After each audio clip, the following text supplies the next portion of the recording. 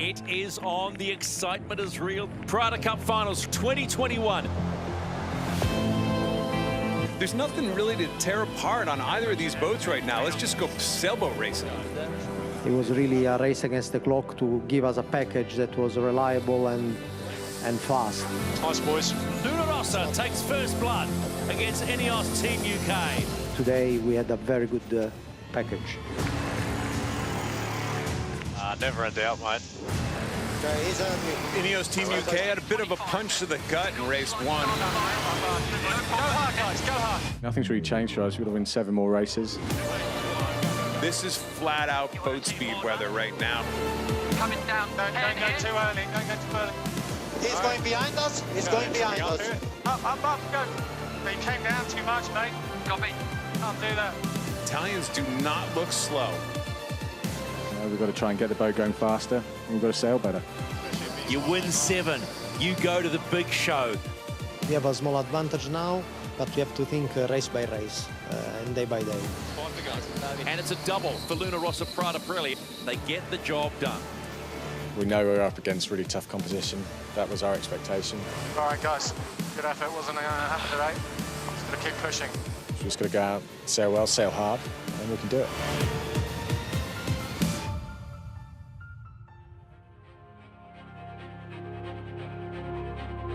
No mai haramai, this is Aotearoa, New Zealand, a land of beauty and wonder. And this is Auckland, venue for the 36th America's Cup. It's day 2 of the Prada Cup Finals Series, and Luna Rossa, the challenger of record, are full of confidence. 2 wins out of 2 on the opening day, impressing all who are watching around. Except their opponents, INEOS Team UK. Yesterday was a body blow, but nothing they can't handle. Sir Ben's team have shown that they can get up off the canvas and fight and win. And that's what they must do today. The British team got to the Prada Cup final by going through the round robin unbeaten and finishing top, so their reward was direct entry. Luna Rossa had to go the long way around through the semi-finals, brushing a wounded American Magic aside for zip. The winner of the Prada Cup is off to the match against Emirates Team New Zealand. 2 more races today for Luna Rossa and Britannia out on course number E. It's fondly called the back paddock. Luna Rossa has port entry for race 3, INEOS starboard. And there's plenty of work to do for INEOS after being beaten in both races on the opening day. The winning margins, 1 minute and 52 and 26 seconds to Luna Rossa, which gives them a 2-0 lead. First to 7 is off to the match in this best of 13 affair. And the commentary team has once again assembled. It's North South's president, Kenny Reid, Shirley Robinson. We welcome today American Magic flight controller, Andrew Campbell on the water, and of course, Nathan Outteridge. And Nathan, you've got to wonder whether or not Luna Rossa can keep the momentum going.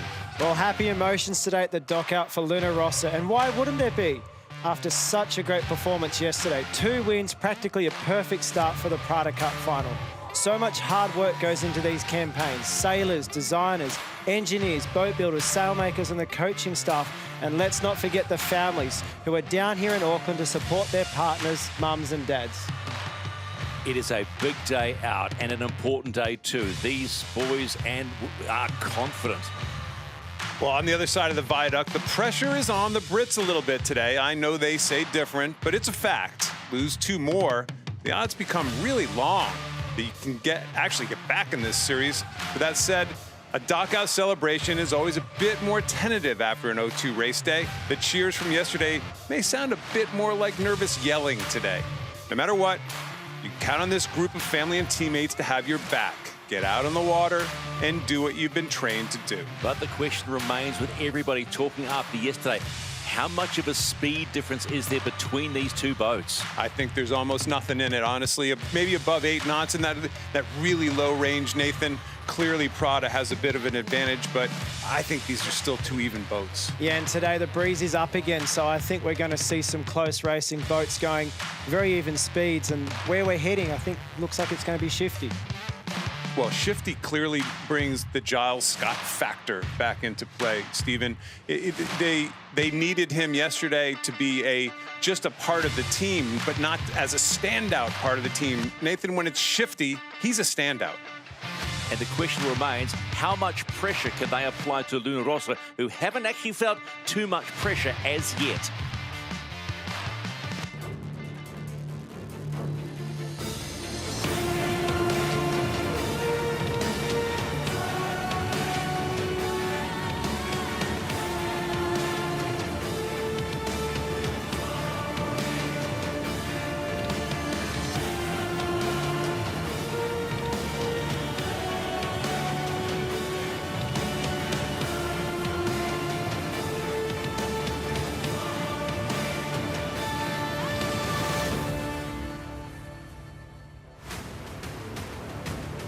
So here they are, the team that needs to win today. INEOS Team UK. If anyone has had sufficient experience with the highs and lows of the Prada Cup, it's these guys. The trauma of the World Series in December, the glory of the round robin series.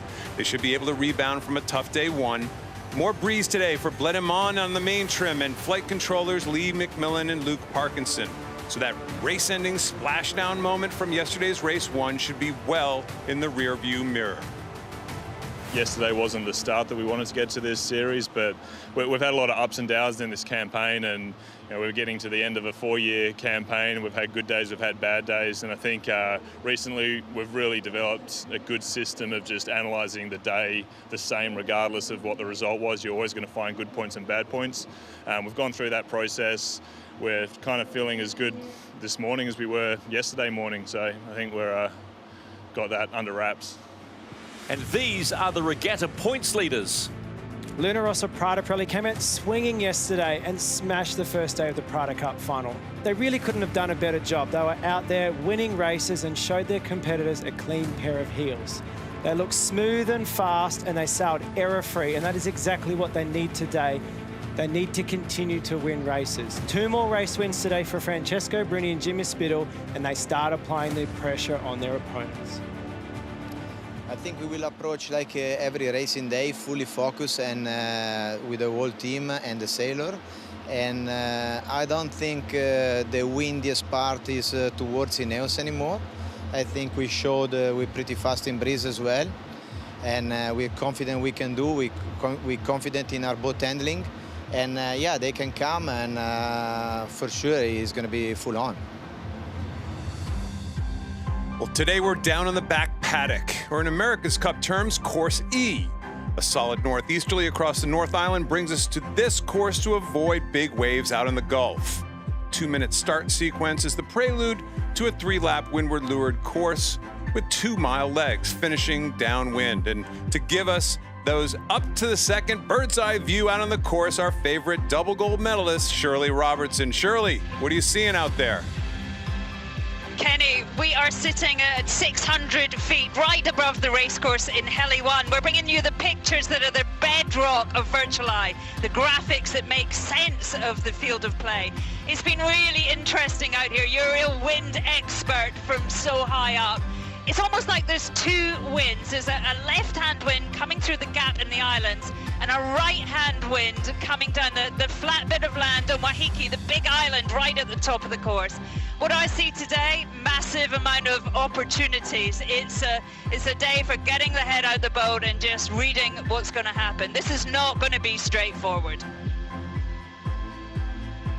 So the crowds are out on what they call the back paddock, enjoying the summer that's been calling all through 20 and 21. And we're good to go for races 3 and 4 of the Prada Cup finals. It makes such a magnificent sight. Here we go. Races 3, races 4. Port entry INEOS, starboard entry Luna Rossa Prada Pirelli. Cannot wait for this one because you know today the wind is up, Nathan, and it's game on again. Yeah, what a great day we're shaping up here. It looks really nice out on the water. Going to have some good racing coming up pretty soon. I think today Shirley just nailed it inadvertently by just telling us how shifty it was. I think this is potentially a Giles Scott day. A lot was made yesterday of the fact that it was really just a kind of a flat-out boat speed contest. It really negates that what we've seen, that advantage that the Brits possibly have, having a tactician who is completely in his element and an ability to look on the water, no grinding, no nothing. 4 minutes and 30 counting to race start. Remember, this team on your left of frame, INEOS Team UK, came through to this point unbeaten. They went in as a slight favourite by everybody, but then yesterday they got a reality check from Luna Rossa Prada Pirelli, and they sit 0 and 2. So as they said yesterday, they need 7 races to win now to get through. Go back up again. Okay, stand by to bear away. Yep.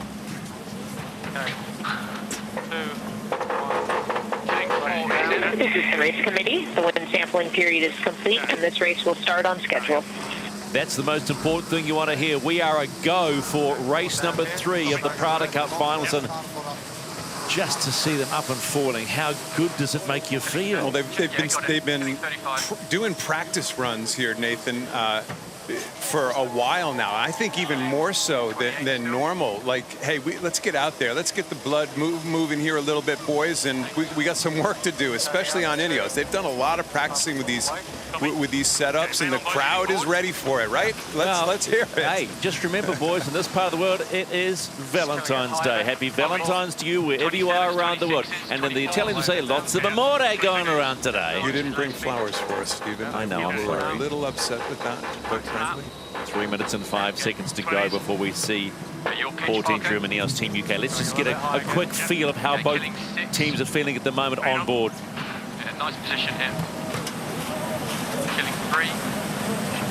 We're already talking about how much time to kill to get into that start box on time. Very different ideas of how to do it. A long runway for the Brits and a short little runway with a tack for the Italians to get into this start box on time. Really looking forward to this start. I think Luna Rossa obviously got the better of INEOS in both starts yesterday. I think Ben Ainsley and Giles Scott are going to be pushing hard, and I think they're going to be pushing for the windward end. The windward end seems to have much more control in these starts. 46 knots coming into the starting box amongst friends.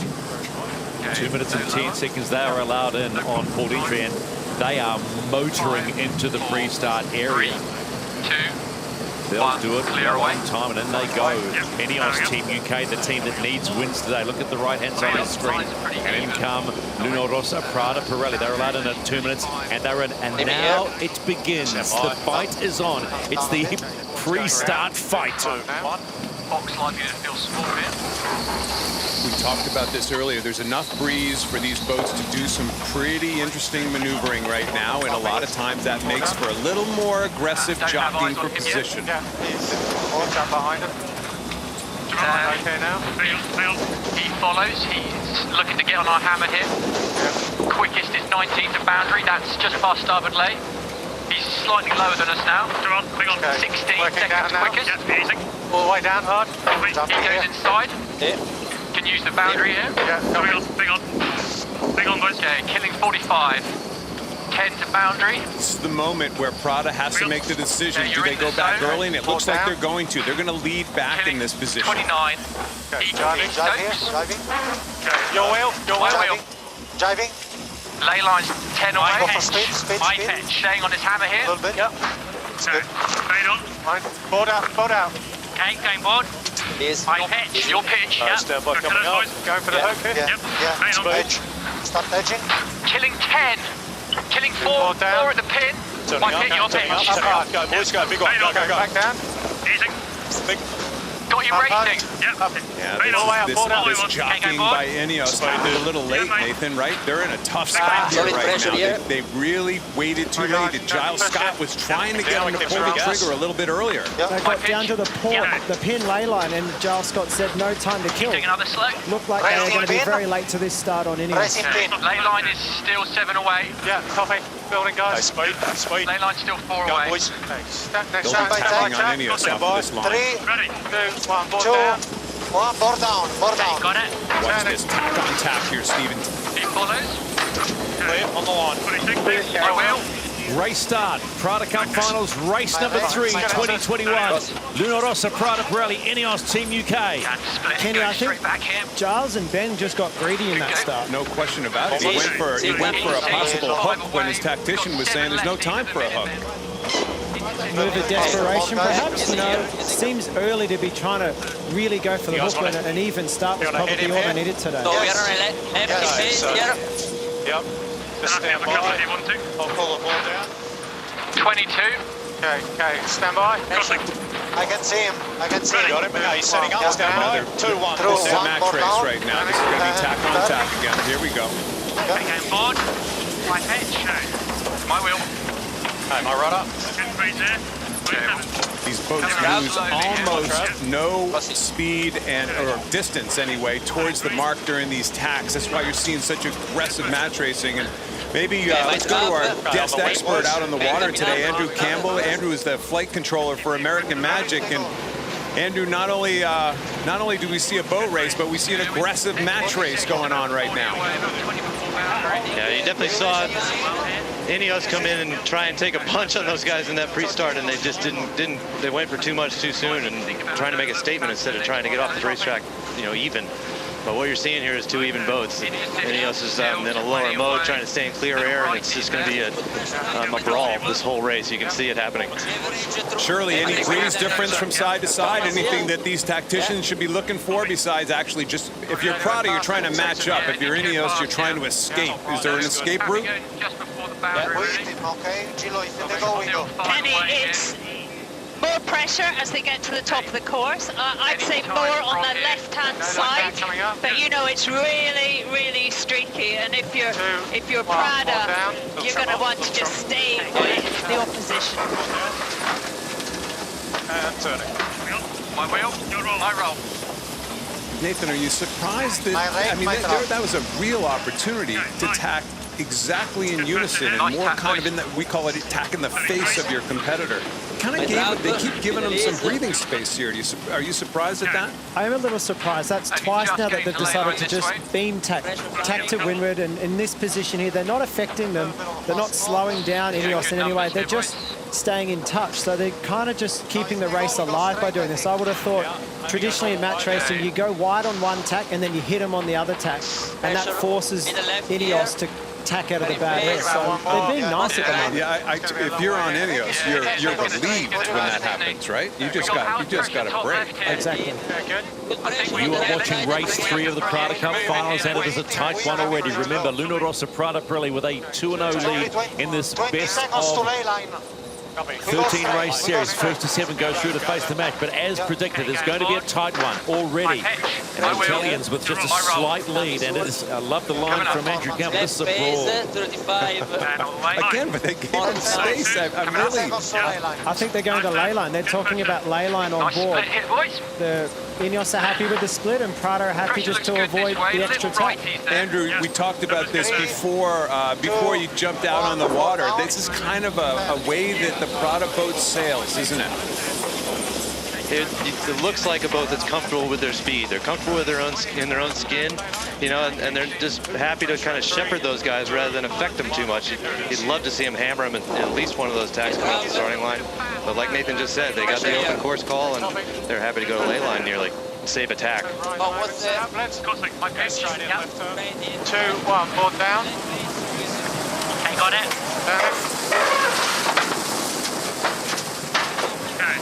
My wheel? Yeah, yours. He's clear across at the moment. He's clear across.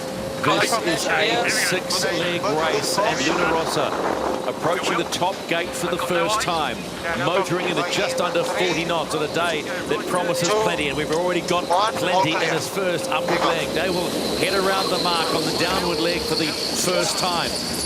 And that green mark you can see is the highest speeds they've reached so far, sitting around just under 49 knots for Rossa as INEOS Team UK go through the top gate and start the chase again. 9 seconds, nothing. Breeze is ever so slight left. How are we to boundary here, Ben? We've got an intersection on boundary.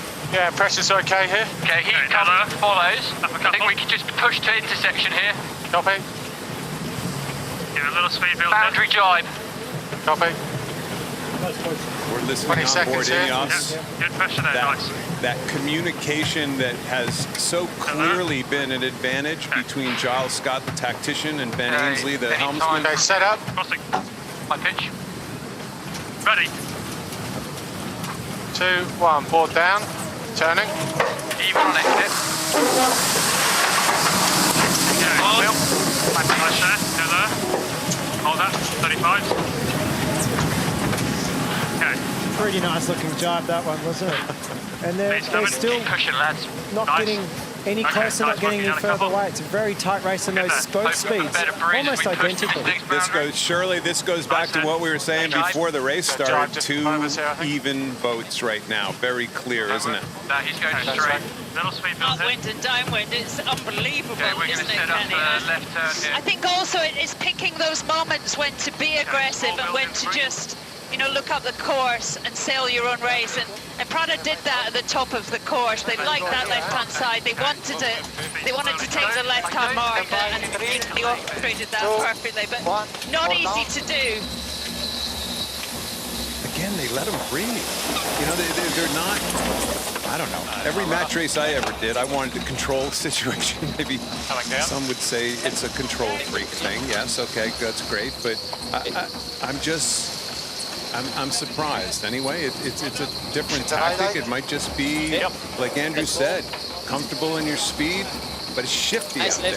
That's the big difference today. It is shifty, and it's a little scary when you get away from your competitor. But goes back to the right. Yeah, Kenny, I'm just looking at all these numbers. Look at the VMG number down the bottom of our screen. It's within half a knot, and they bounce up and down a bit as the boats sort of change with the pressure fluctuations. But there is not much in it in terms of performance. And INEOS here about to do a jibe. What I think is interesting is, well, let's try and monitor the loss per maneuver, because it's a balance between getting shifts and losing maneuvers. So 90 meters on the exit entry to that jibe. And the lead, like, they're not losing much in maneuvers at all. You know, I was told by a senior member of our team that you lose 5 meters in a tack or jibe if you do a good 5 meters total. That's a great thing if you're a sailor, because you can throw the boat around a bit. And look at this, they're coming back in on here. Good chance for a split at the bottom mark, I would recommend here. I reckon INEOS will probably go straight. So Italy will go straight, and I reckon UK will probably jibe here. And it's a tough maneuver, Stephen, so this ought to be interesting. This is a tough maneuver if INEOS decides to jibe around this mark. Yeah, copy. Luna Rossa Prada Pirelli heading to the bottom gate for the first time, and it's a chase. INEOS are chasing, they're cutting the gap down. JK means they're probably going to follow them in and roll right into attack. 2 boards down and roll right into attack. Turning. And there you have it. That's why we're listening on board. Exactly. They tell us exactly what they're going to do. You think?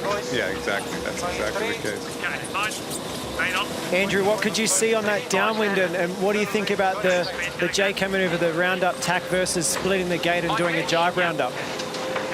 Well, you guys alluded to it, that they really was going to have a hard maneuver to make a right turn at the bottom there. So to go left and tack was almost the easier one, and you saw them execute it very nicely. I quite like the left-hand side of the racetrack at the moment.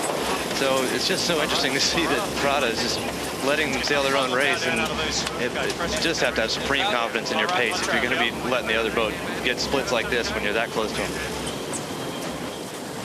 Looks like good little puff coming down to us 10 away, huh? Yeah. 20 to boundary. Luna Rossa maintaining their lead in this third race of the Prada Cup final. Let's go on board, get a feeling for what's going on. Ragazzi, 8 lenti. The trim. They're taking. Coming up a little. Yeah, I think we're 5 lengths ahead to us. Yeah, I think at the moment we hit him because it's a lefty. We like the right, yeah. I count down. Stand by in 3, 2, 1, board down. We've only got 25 back. He can cleave out. 30 back to the other boundary. Okay, so that's more like it. You're tacking on their face, and look at that. INEOS have to tack straight away. Now we're getting into the pushing them around, and you can hear them say, we like the right better. It's a left-hand shift. We want to get on the port tack because we're going to make a gain on this tack. Shirley, what do you see on the water out there? Is there anything obvious?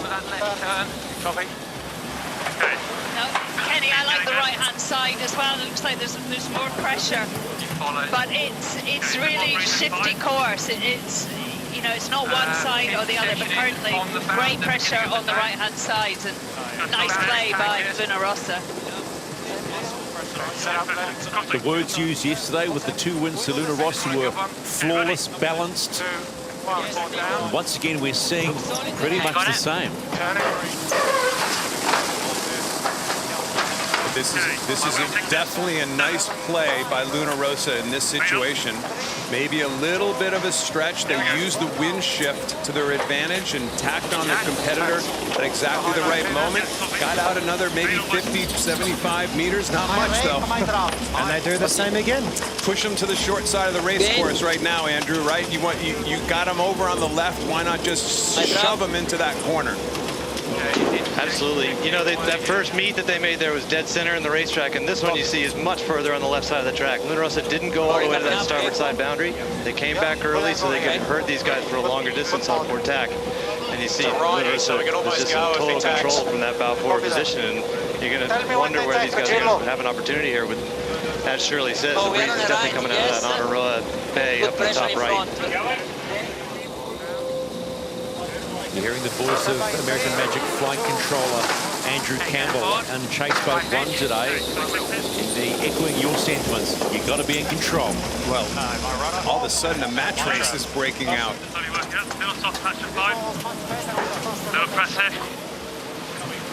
Same thing, they're going to herd them out to this left-hand side, Nathan, and probably do one more tack right on their air. And for those of you at home, it didn't look like they tacked on them last time. They were dead in front. Remember, the apparent wind is around 10 degrees going upwind here. So tacking directly in front is really close to being on the person's breeze. It's amazing. Okay, slight soft patch for 10.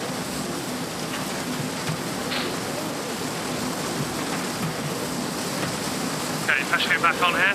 On board, INEOS Team UK heading towards the top gate and the completion of the halfway mark of this third race. Set up here. Crossing. Still 3 seconds on the box. Okay, I'm ready. 2, 1, board down. Okay, got it. Turn it. Now that surprises me. Prada's obviously tacked on the ley line of the mark, and INEOS has gone quite a bit further. When you're behind, obviously you can't tack and just expect to be in the bad air, but I think they've gone a little bit too far there and thrown away another boat length. A good course. Luna Rossa coming up to the top gate for the second time to complete the halfway mark of this third race, in control at this point. Clear. Both teams said at the press conference yesterday after racing they want to sail better. We need to be sailing better. We're seeing a much tighter affair today out on course E, the back paddock they call it.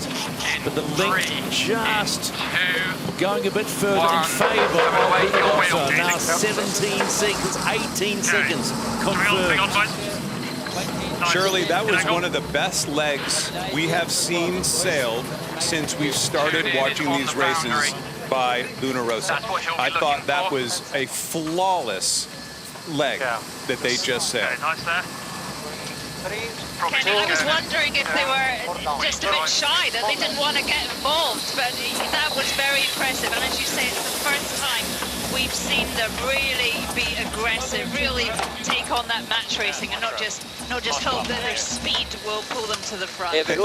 And it's not just aggressive for the sake of being aggressive. Andrew, I thought they were aggressive at the right time, at exactly the right time. Well, you know these guys are capable of being aggressive. You see their pre-starts, so you know Luna Rossa's got that capability. What's interesting there is once they got off of that first boundary at the bottom of that beat, both helmsmen were communicating really nicely with each other, talking about where the competitor was, how much time they had to the intersection, whether or not they should make that intersection count or not. And they had that discussion, had plenty of time for it, and then they were able to execute a good maneuver and a good strategy. Yeah, and Andrew, as exactly as you say there, they were very clear in their communication. They wanted to protect the right. You could see it on the water, Shirley could see it in the air. These guys are seeing the same thing as you guys. They want to protect the right, so they kept tacking on their face, pushing them left, and that's where they were just eking out that small gain on that upwind. Small gains become a big gain on this downwind leg number 4 of 6s. Luna Rossa sitting just under 43 knots going downwind and ahead of INEOS Team UK, but makes a great sight.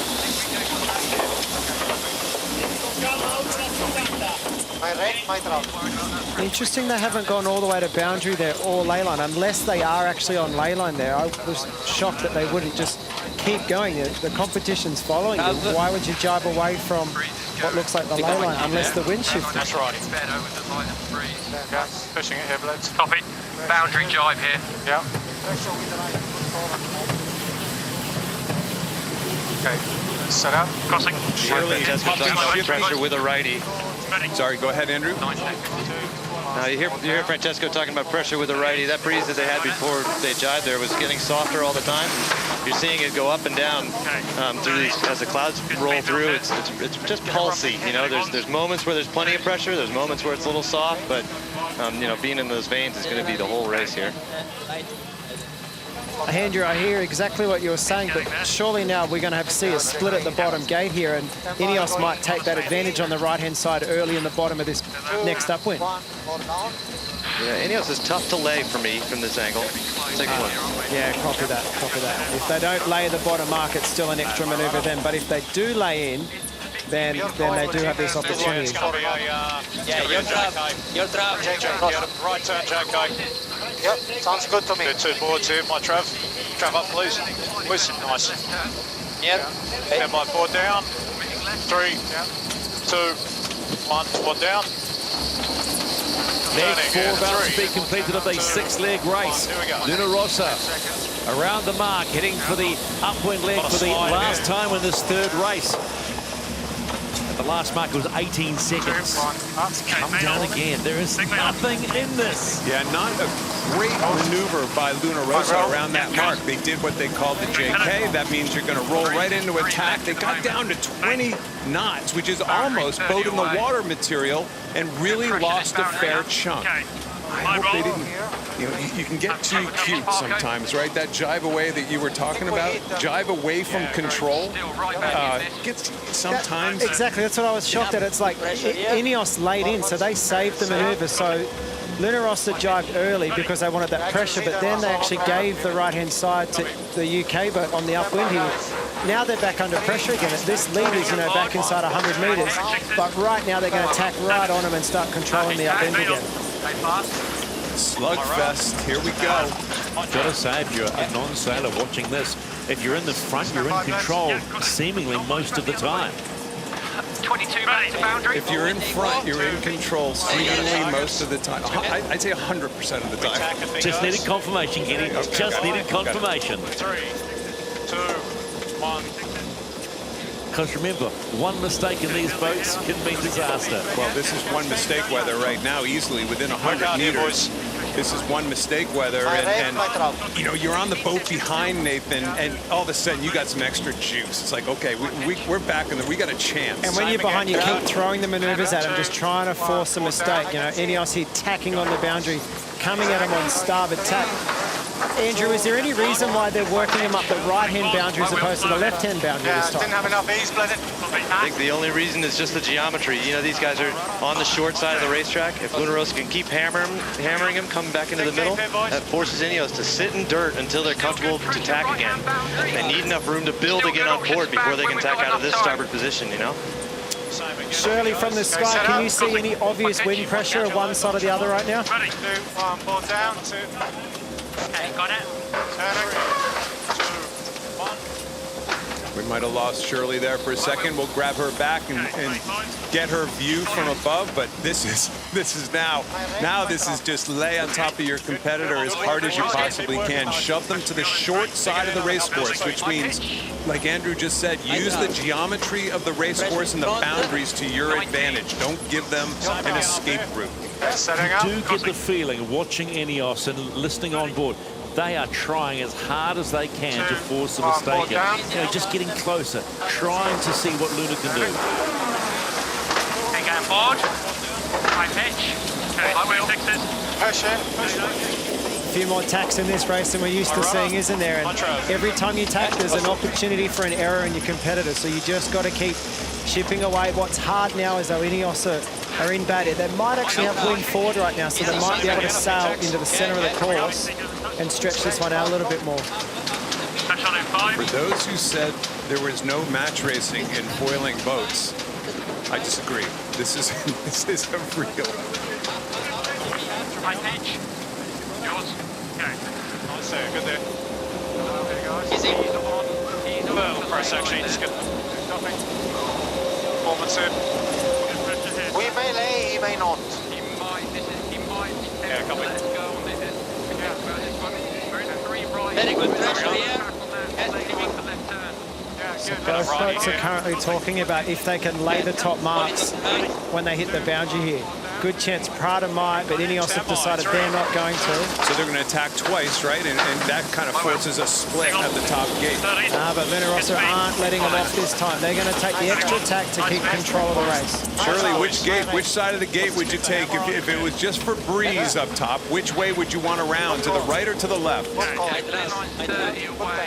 Well, currently the breeze looks good on the right-hand side. As Andrew said, it's sort of veiny, coming off that big island Wahiki and just drifting down. But to me, the right-hand side of the track looks worth protecting at the moment. And for those watching at home, the right-hand side of the track is the top of your screen.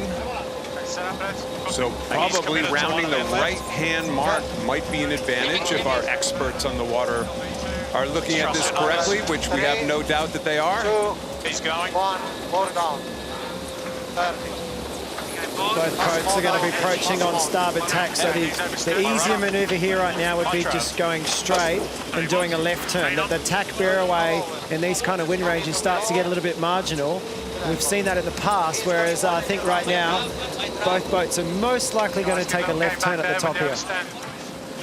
Get pressure here. INEOS's only chance really is to get a split here, though. High pitch. Looks like they might lay, though, from that position. Heading into the top gate for the last time in this third race of the Prada Cup final, and it is still Luna Rossa leading INEOS Team UK. The margins keep coming down. It was 11 seconds. At the last, at the fifth, it's 10 seconds. Well, it's come down by a second. Pressure inside. But here, let's talk increments. Turning. Got it. Both boats driving here. Oh, almost falling overboard we're okay. there. We're okay. Come. Your wheel. Yeah, got Dangerous crossing behind the main while turning. Blenheim Mudd lost his feet there. Managed to hang on. I have to admit, Andrew, I'm really surprised on these boats. We haven't seen somebody go out the back door here yet. That was close. This is a good reason why I was pretty happy tucked in my little cubby hole up in the front. Believe me. So you're not going to chase them down out there right now, Andrew, just kind of boat speeding right now. You got to do something different, right? Is there anything that looks obvious, like they might be looking for as they shoot down this run? Well, you heard Ben saying there that he regrets already not doing a jibe immediately around that top mark. They're just bow behind here. They've got no room for attack. There's no room for a split. They're dead upwind of Luna Rossa, and Luna Rossa is going to match them the whole way down to the bottom here. No breathing room. Down. Turning. Even on exit. Hold the angle. Hold the angle. 35s. INEOS are really just relying or waiting for a mistake from Luna Rossa right now. They're not fast enough to get around them. They've got a split here. It doesn't appear to be shifty enough. You know, they're going to get a lot of leverage here, but I still don't think they're going to get a shift big enough to get them back into this one. Shirley, is there a shift? Is there a wind shift out there big enough? Only if we cause it, Kenny. No, it's pretty. They protected that right-hand side, which seems to have a little bit more pressure at the moment. I'm not seeing anything here. Should I go before? Got something. Fans of Luna Rossa waiting to see if they can make it 3-0 in the viaduct of the America's Cup Village. The lead sitting at around just under 230 metres as they both storm down the course. And these flying AC-75s, they are a sight.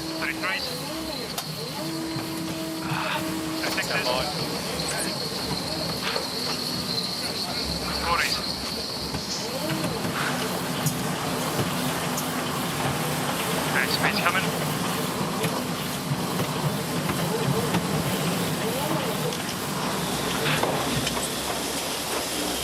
Luna Rossa there just jibing between the competitor and the finishing line. Looks like they will be on lay line to the finish. INEOS potentially might be laying in here as well, so not a whole lot to run in the rest of this race now. But if you're talking about one thing that has stood out here from the get-go, and it is the race has unfolded, control. Control and aggression. They're getting aggressive on the water now all of a sudden. But they're getting aggressive at the right time. Yeah. You know, if you're Luna Rossa right now, as a coach, you're very proud of your team. We're giving them a little hard time for being lazy in that first beat, but you know what? They're doing it the right. handles, boys. Approaching the finish of race number 3 in the Prada Cup final, and Luna Rossa do it again. They are 3-0 with another flawless performance. You have to analyze that, JK. And they will be extremely happy about that. The task just gets a little bit harder now for INEOS Team UK. Remember, 1st to 7, you're off to the match. Still though, long way to go.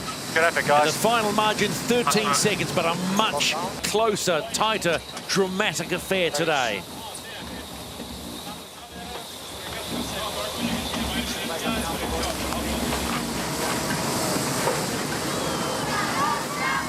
What do you make of that?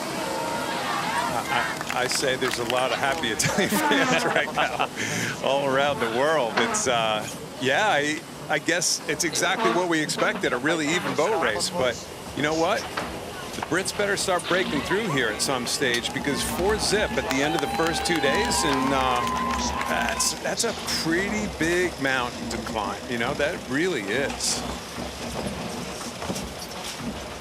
Luna Rossa Prada Pirelli now sitting in the box seat. Yes, it's 13 races, but they now have a 3-0 lead. Confirmation of this Prada Cup final, race number 3, and it's a 13-second win to Luna Rossa Prada Pirelli. They've got the treble already.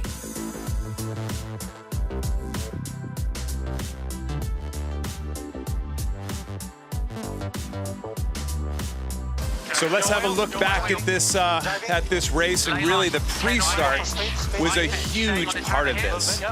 Probably easy for us to say that Ben Ainsley tried to get a little too cute here, try to do a little too much, aggressive by nature, but this one last push put them down in a really tough spot. It's what we call ley lines to the starting line. He put himself down in a spot where really he was below that ley line and late and in control for Luna Rossa. And that distance right there, Nathan, is about the distance we saw all the way around the race course. Nothing much changed from there. Just a mistake in the pre-start. You can't get behind right now. These boats are too even, and they're too well sailed. You're absolutely right. You know, giving him that 100-meter lead off the start line, and that lead stretched between about 50 and 300, but it was like an elastic band. It would stretch and it would come back all race long, and they'd slowly get back into the race. But if you're giving them that kind of head start at the start of the race, you know, here we are at the bottom mark again. It's 100 meters. Same distance. Nothing changes. That's how even I think the speeds of these two boats are. And so that's why I think when we look towards the next race, it's all going to be about the start again. This was a great maneuver here.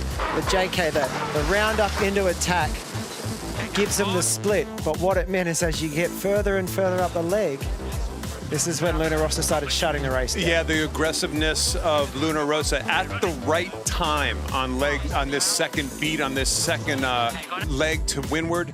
It was really well done. They hit them hard, tried to take their wind when it was the right time. They gave them a little breathing space when they were heading for a good shift.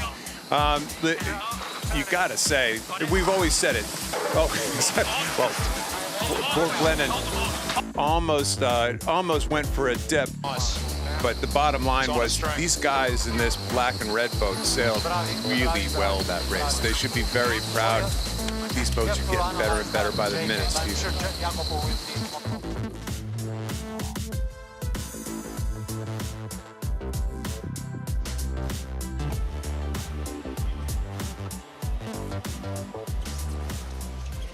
The challenger of record, Luna Rossa Prada Pirelli, in this Prada Cup final, now 3-0 against INEOS Team UK. Let's catch up with Francesco Bruni.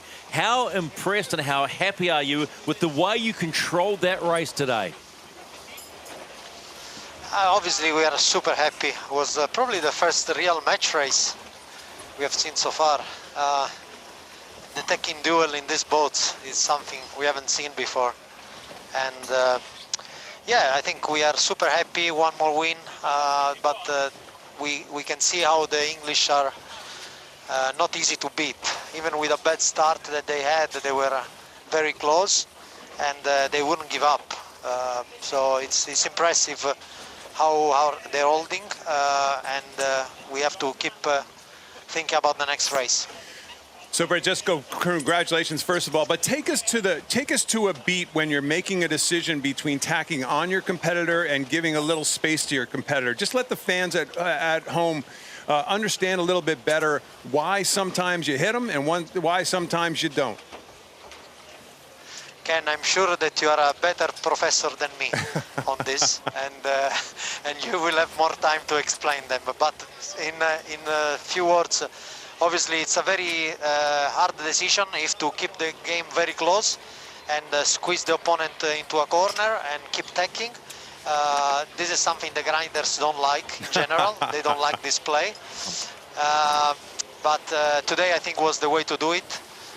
Because we felt we had an edge in the tacks, and it was probably a good way to do it also because the English were pretty much in phase all the time, so we had to stay with them.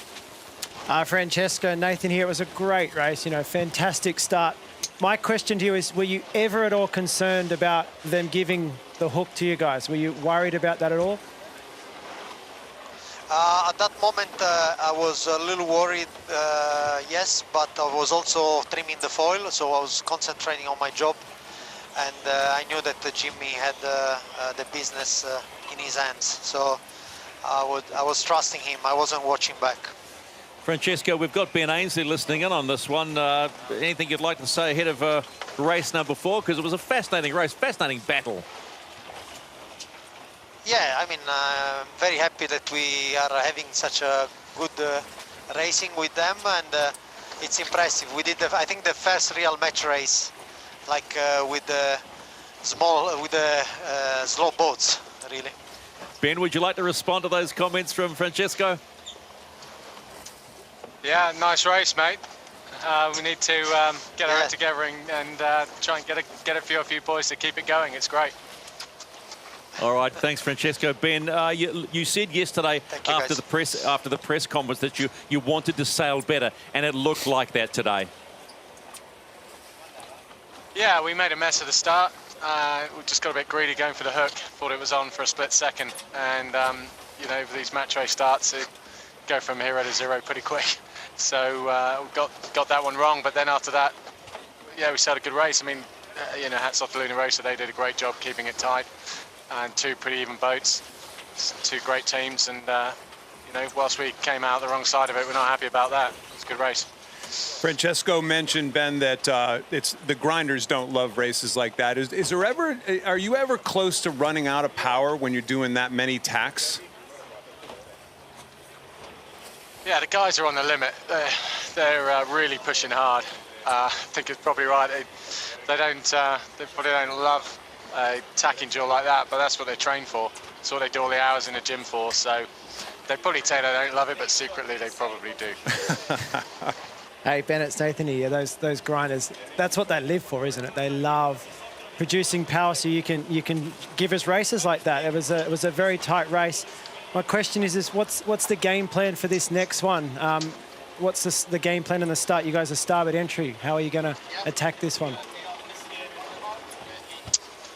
Yeah, interesting question. I mean, the starts are getting tighter as both teams are getting more practiced and doing more starting practice and more starting analysis. There's a bit of a pattern emerging, and I think it just comes down to the subtleties of just how you place your boat. But as you know, Nathan, there's not a lot in it, and you just got to try and get that split-second timing right. Thanks for your time, Ben. One more race to go. We'll let you get on with it. So let's break this down, shall we? Let's look at the race analysis and just see, particularly what the speeds were like. I was particularly, and there's not a lot in it, is there? Yeah, upwind speed, actually, again, a little bit of an edge to the Italians. Nathan, this is becoming kind of a common theme, right back to the American Magic event. These guys are just a click faster upwind. Just a click faster upwind, just a tiniest bit faster downwind, a higher top speed in one of the barrelways. A little bit more distance sub, but look at that number, 17 tacks in that race.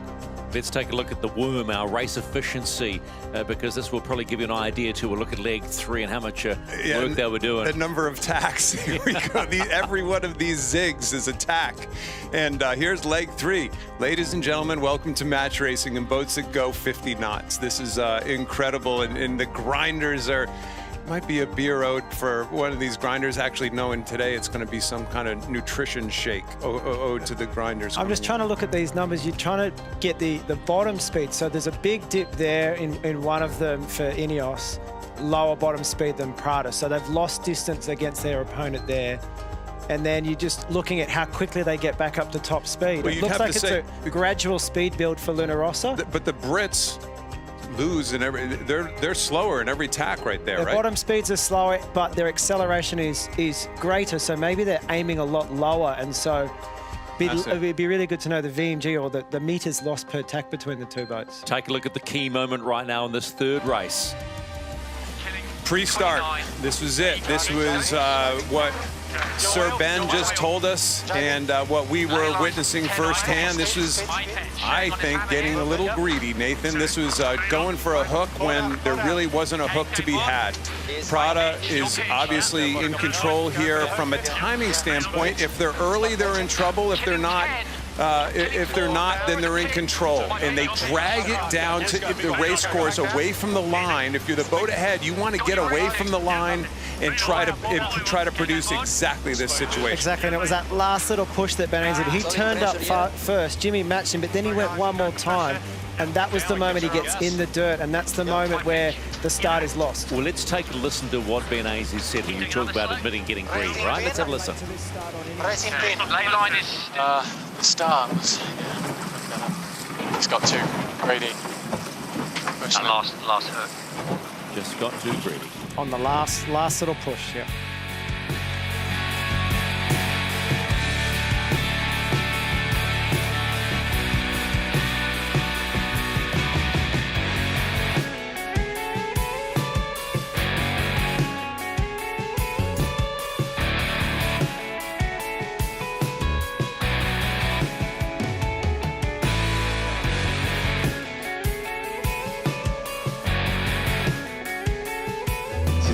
In any sport we play, it's crucial to know the rules of the game.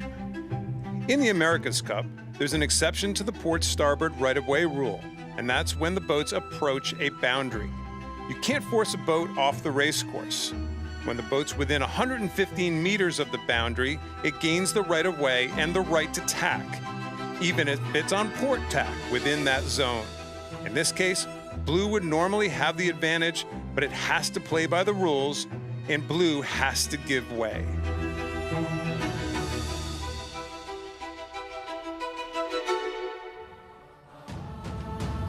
Big spectator fleet getting prepared for race number 4 of the Prada Cup final. Much windier conditions.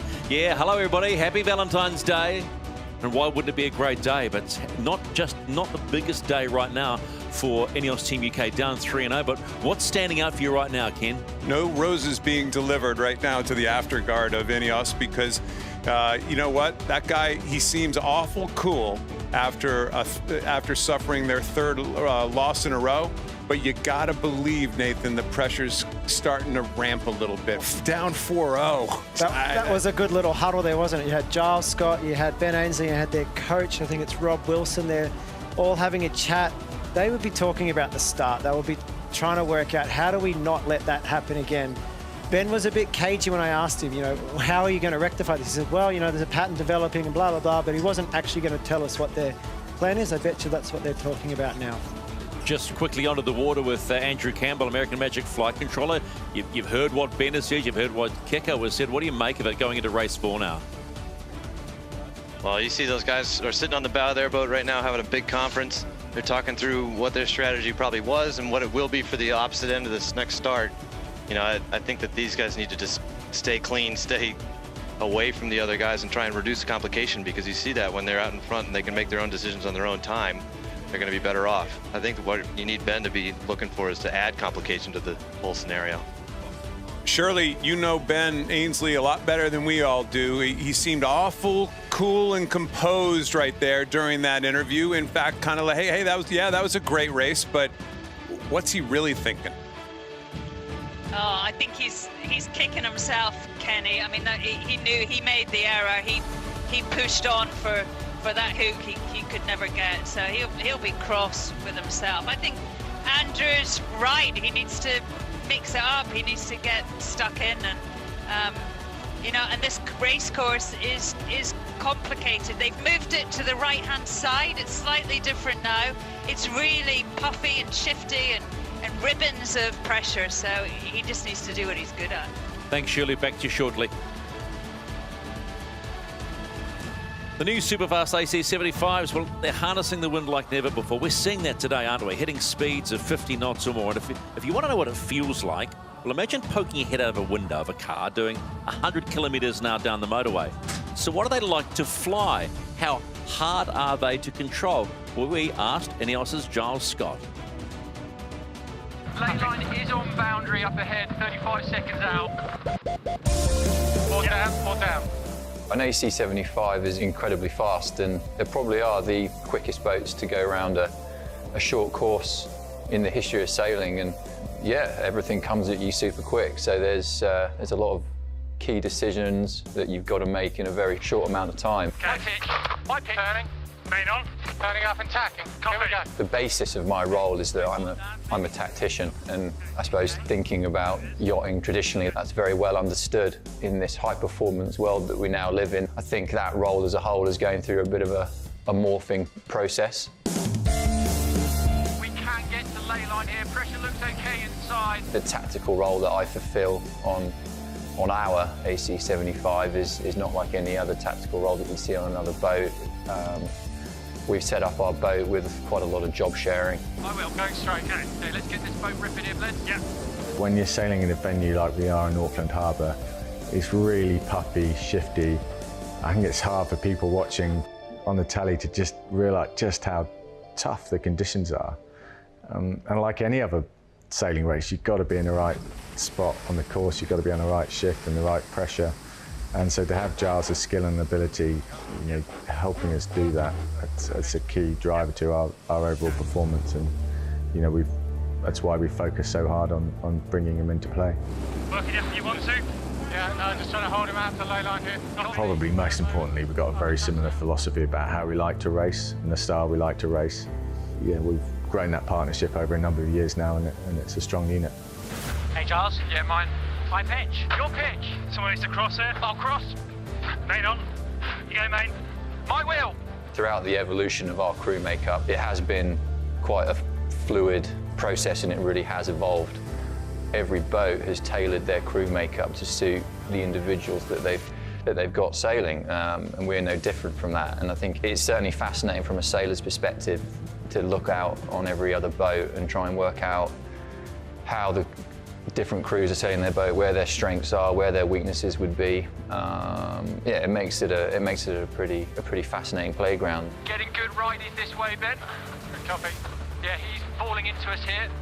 There's certainly big gains to be had from putting the boat in the right place on the race course, but you know, especially with a venue like Auckland, you can make up 2 knots, 3 knots, 4 knots VMG if you stick it in the boat in the right spot on the race course. So yeah, it is massively important, but you know, it's all part of the same machine.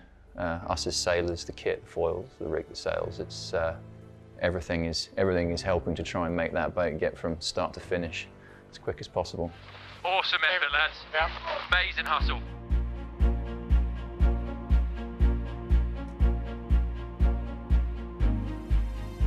It is a Valentine's Day 2021 on the Hauraki Gulf, the Waitemata Harbour. The fans of INEOS Team UK are out and about.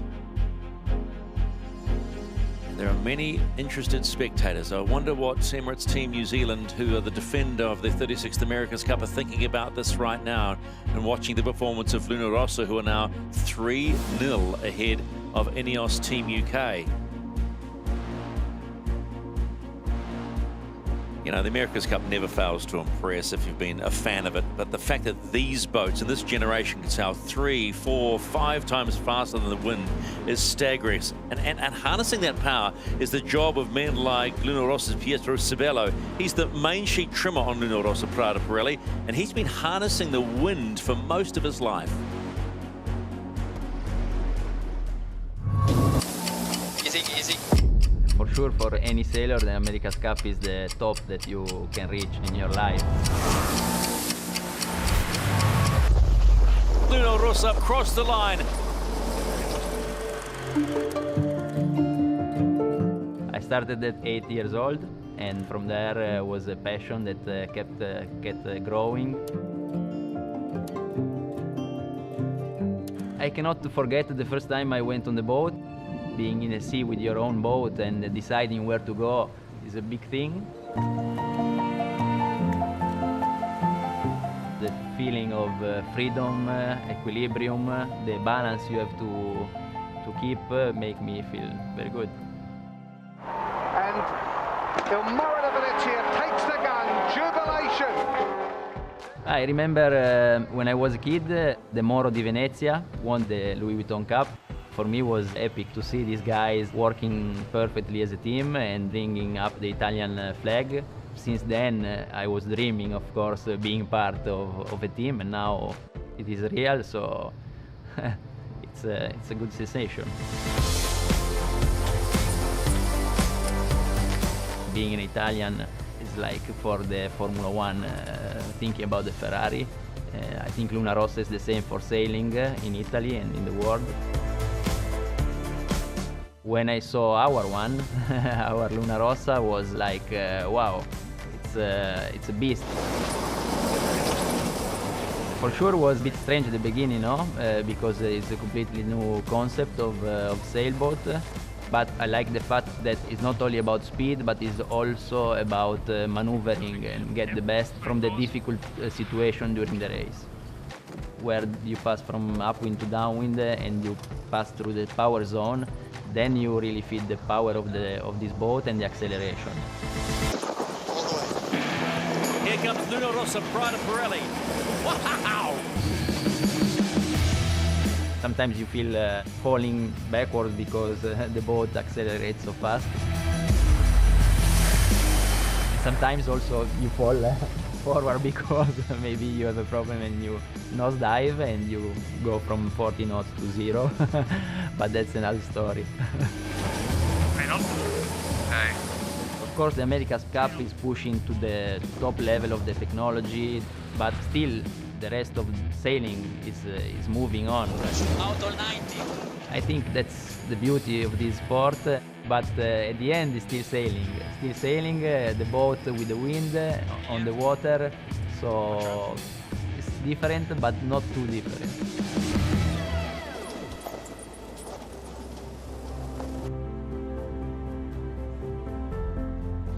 Luna Rossa Prada Pirelli preparing for race number 4 of this Prada Cup final, and they are prepped and ready. The Spirit of New Zealand, an iconic training vessel for young New Zealanders, hanging out in the harbour, and all the youngsters enjoying this Hauraki Gulf, this Waitemata harbour on Valentine's Day 2021. And look at that. Doesn't it make an amazing sight? The spectator fleet, they like to call it the city of sails. Well, how about just the city of people that love getting out on the water and enjoying it? Because that's what they're doing today on this second day of racing in the Prada Cup Finals 2021. And we are on New Zealand's Hauraki Gulf, Te Kapa Moana. It is a place of spectacular beauty, home to more than 50 islands. Some barely break the high tide mark, others loom large on the horizon. Many are now uninhabited, and local Māori tribes like Ngāi Tai ki Tamaki, who have been here nearly 1,000 years, revere these islands. Each and every island has a story to tell.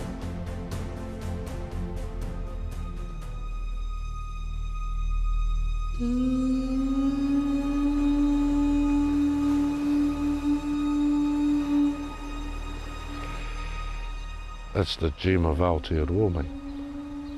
It is, at least for Ngāi Tai, the gem of its crown. The sea and the surrounding island landscapes, today we commonly refer to them as either Te Waitemata or Te Kapa Moana in terms of us and the Hauraki tribes, other tribes, the Hauraki Gulf. Its actual name for us is Te Marae Tai. And in contemporary times up the road here, Marae Tai is known as Meeting Place by the Sea. There's a pa and a kāinga on Motutapu Island.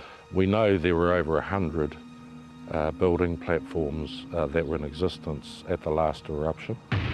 And we indicatively think there was between 250 and 300 people living there. We're unsure if any survived, but what we do have is the evidence of 2 of our ancestors and a dog running in the hot ash, which was discovered in the 1940s and now sits in the Auckland Museum.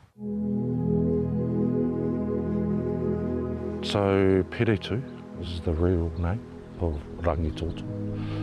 Peretu is an ancestor we have that was first allowed to occupy that particular landscape at a particular time after the last eruption.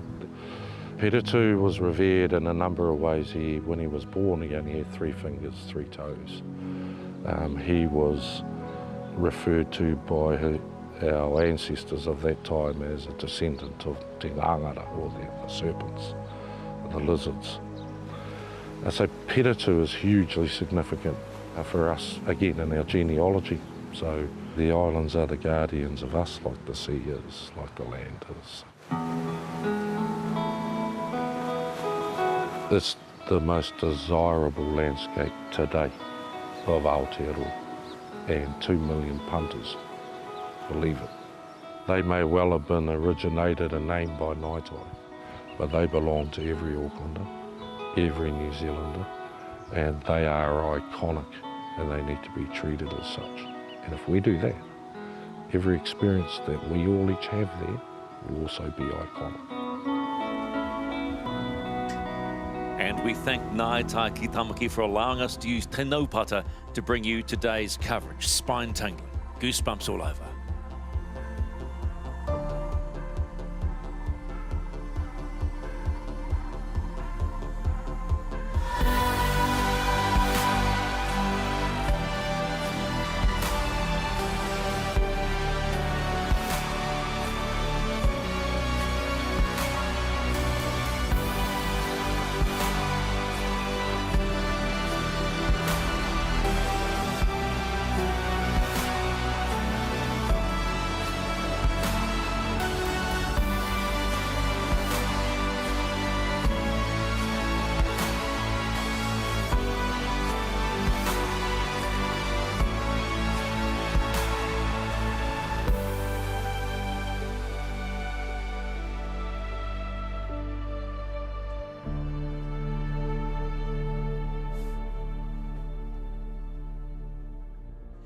It is the Prada Cup final, day number 2 of racing, and we're heading towards race number 4. Luna Rossa Prada Pirelli, Jimmy Spittle, Francesco Bruni are in the box seat.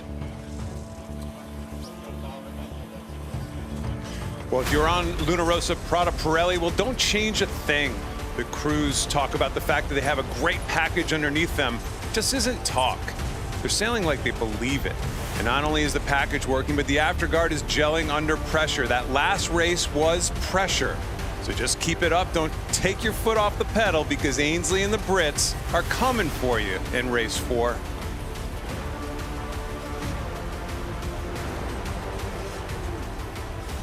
Ben Ainsley might want to be coming for them, but all he wants is one simple win. I'm sure he'd love a win, and what I think is starting to develop on this boat is pressure. I think, you know, INEOS Team UK here, the pressure is developing. They've had a grinder change. They've got 2 new grinders on the boat to bring a bit more power to the handles, because that race would have taken a lot of energy from them. I've been thinking about it. No more racing till Wednesday. If they don't win this race and they sit 4 races to 0, that's a long time until they get another stab at this. So they're going to want to level the scores today and at least get one race on the board. You know, Ben Ainsley, we talked about it. He needs to get off the start line well. He needs to get a good start, and I think he's going to rely on Giles Scott to position the boat for him. Quite simply, it is all on in race number 4. Luna Rossa Prada Pirelli on port entry. INEOS Team UK on starboard entry. And the battle is about to resume on the Hauraki Gulf on course E. Out about the back paddock Marae, which is a meeting place by the sea. What a meeting place it is, to say the least. But man, the pressure on now with under 5 minutes to go on this man here. You know, I've been listening to them before. This is the up to almost 4 years now of a campaign, and you don't want to be in this position. But you might be, and you better have the mental fortitude to actually handle it if it comes, because Nathan, as we all know, there's times of drama in any program, in any sport, in any athletic competition. You got to be ready to handle it, and I think Ben Ainsley's obviously proven that he can handle it. Don't worry, he'll be up for this. This is not far from winning a race. He's only been a few seconds behind, a couple of 100 meters. It's not like he's a very long way behind at all.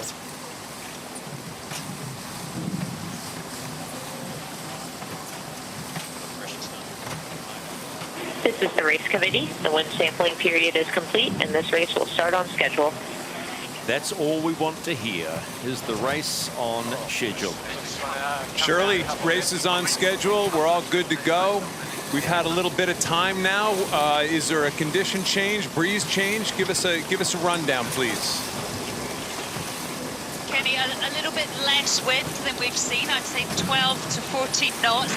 We're currently sitting behind the start box, and there's a great view of the wind coming down in bands. It's like it's falling off Wahiki, landing on the sea. So difficult to call.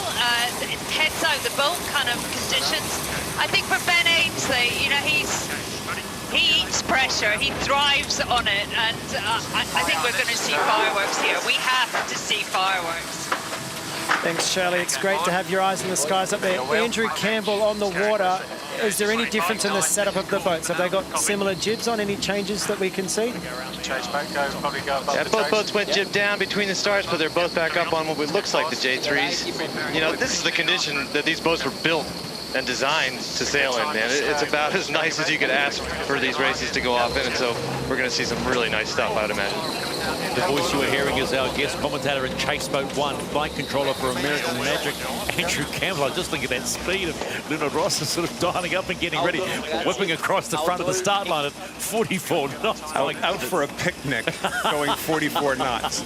2 minutes and 10 seconds. They are allowed into the pre-start area. Luna Rossa, Prada Pirelli. How will they control the start? Will they control the start? Will they be allowed to control the start? Will Sir Ben Ainsley give them an inch? You are about to find out as Luna Rossa come in on port entry, and it won't be too far away. Watch the right-hand side of your screen as in comes INEOS Team UK. Okay, nice. Okay, stand by drive. Yep, stay here.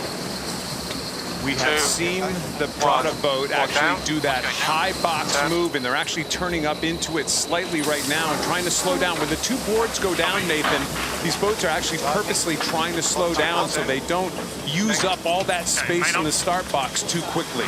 Yeah, exactly, and they're doing 30 knots, but they are sailing at not full speed right now, and that's because there's just not enough space in this box. What's going to be most interesting here is the turnaround time from Prada, and is Ben going to jump them, or is he going to go past and push them back? We'll just follow the conversation on board. Killing 55, killing 50, boundary 19 away. Let's have a look at it. Drive in front of him hard, set up, let's. Get ready. So Ainsley might go back early, and there's still a lot of time. Turning hard here.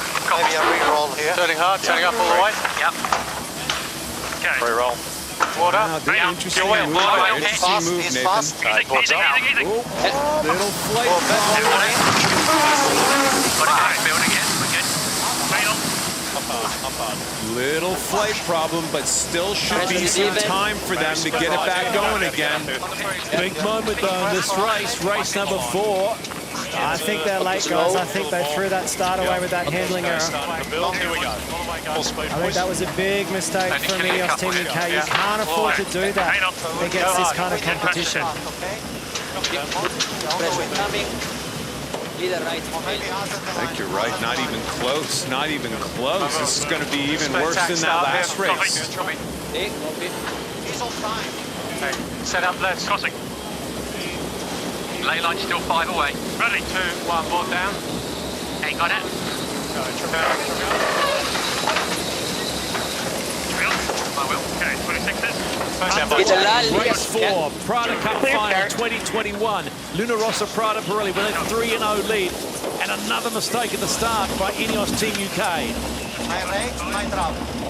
Little different scenario, though. That actually closed up, Nathan, much more than we thought there at the end. INEOS was late, but not real late, and it actually kind of stuck the Italians into a weird spot. They were actually a little early for the pin end of the start.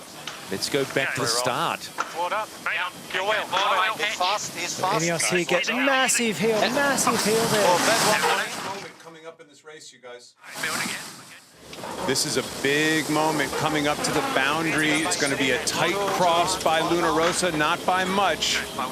They go early, Nathan, to give themselves a gap out on that right side if they need to again. Yeah, but Luna Rossa aren't giving them much space. They're going to have to sail in a bit better here and tack back again, and there's not much space in that boundary. Is there, Andrew Campbell? They had the short part of the racetrack, and you're seeing that INEOS is going to have to go right back, and they're not going to have a lot of time to build here on port.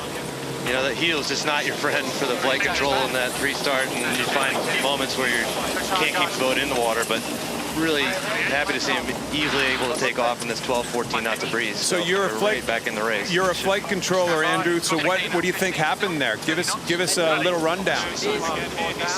Without being on board, it's always impossible to know. These guys, they fight really hard to make sure the platform is level through all these maneuvers. When all three boards, or two boards and the rudder are in the water, it takes a lot of coordination on board INEOS between three guys often to keep the boat down. And if one thing goes wrong, if one guy's not quite in the right spot and there's optimums, then they can all go haywire really quickly. Here we are, just stuffing your competitor to the top of the screen, to the short side of the race course. This is turning into the grinding world championships here again. Yeah, pushing through him then. I think we're almost clear ahead. Clear ahead of him here. Okay, speed's good. Good pressure. Performance here, ragazzi. So, reaching speeds of sitting around 36 knots. Luna Rossa Prada back to the pre-start. Look at this heel. Look at this moment at this pre-start of race number 4. What must be going through Ben Azzi's head right now? Reminders of a couple weeks ago, unfortunately. I think all of us, I think everybody around the world watching the America's Cup. If you saw a couple weeks ago, and unfortunately the boat that Andrew Campbell is on, you just saw, you kind of have that same feel for it. We could theorize what happens there, but I think we're going to have to wait till after this race and find out at the press conference what exactly happens there. Looks like when the wooden board comes up, there's a big heel. And there's Ainsley. Is that Ainsley coming he almost across got the crushed boat? to Lewis, yeah. Oh my goodness gracious. You know, I hate to go back to it, but in the pre-show a number of days ago, you talked about there could be one moment where something breaks, something happens that could change the face of this regatta. We almost got it. Well, we almost just lost a sailor there at the same time. I mean, that was close. When that boom goes flying down on the Traveler, that becomes a dangerous situation very quickly. And we must apologize for some colourful language coming off the boats at the moment, but as we move on, it's sport, and the lead by Luna Rossa Prada Pirelli is 150 metres into the sky with Shirley Robertson. Not the start they wanted, INEOS. Oh, but definitely the start, Stephen, that Luna Rossa wanted. They must be feeling so confident in this position. It's almost carbon copy of race 1. To me, the breeze looks great. It's good on the right-hand side, and you know, Luna Rossa have really just had INEOS exactly where they wanted them. Approaching the top gate for the first time in race number 4. Again, it is a 6-leg race. Both boats in phase at the moment. The final tack to head into the gate for Luna Rossa. Arata. Press.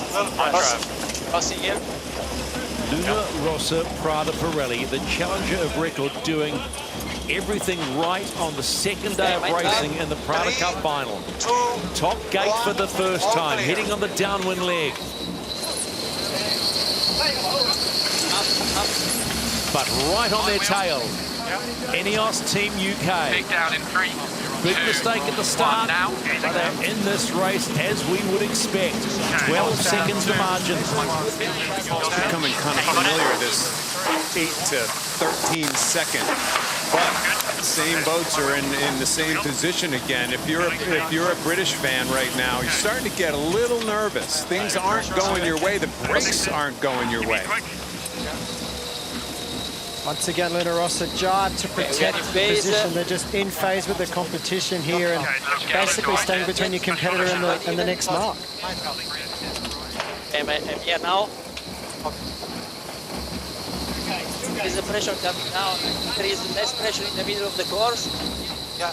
Pressure coming. Isn't it amazing when you hear on board the communication between all the protagonists, how calm it is when you're in control?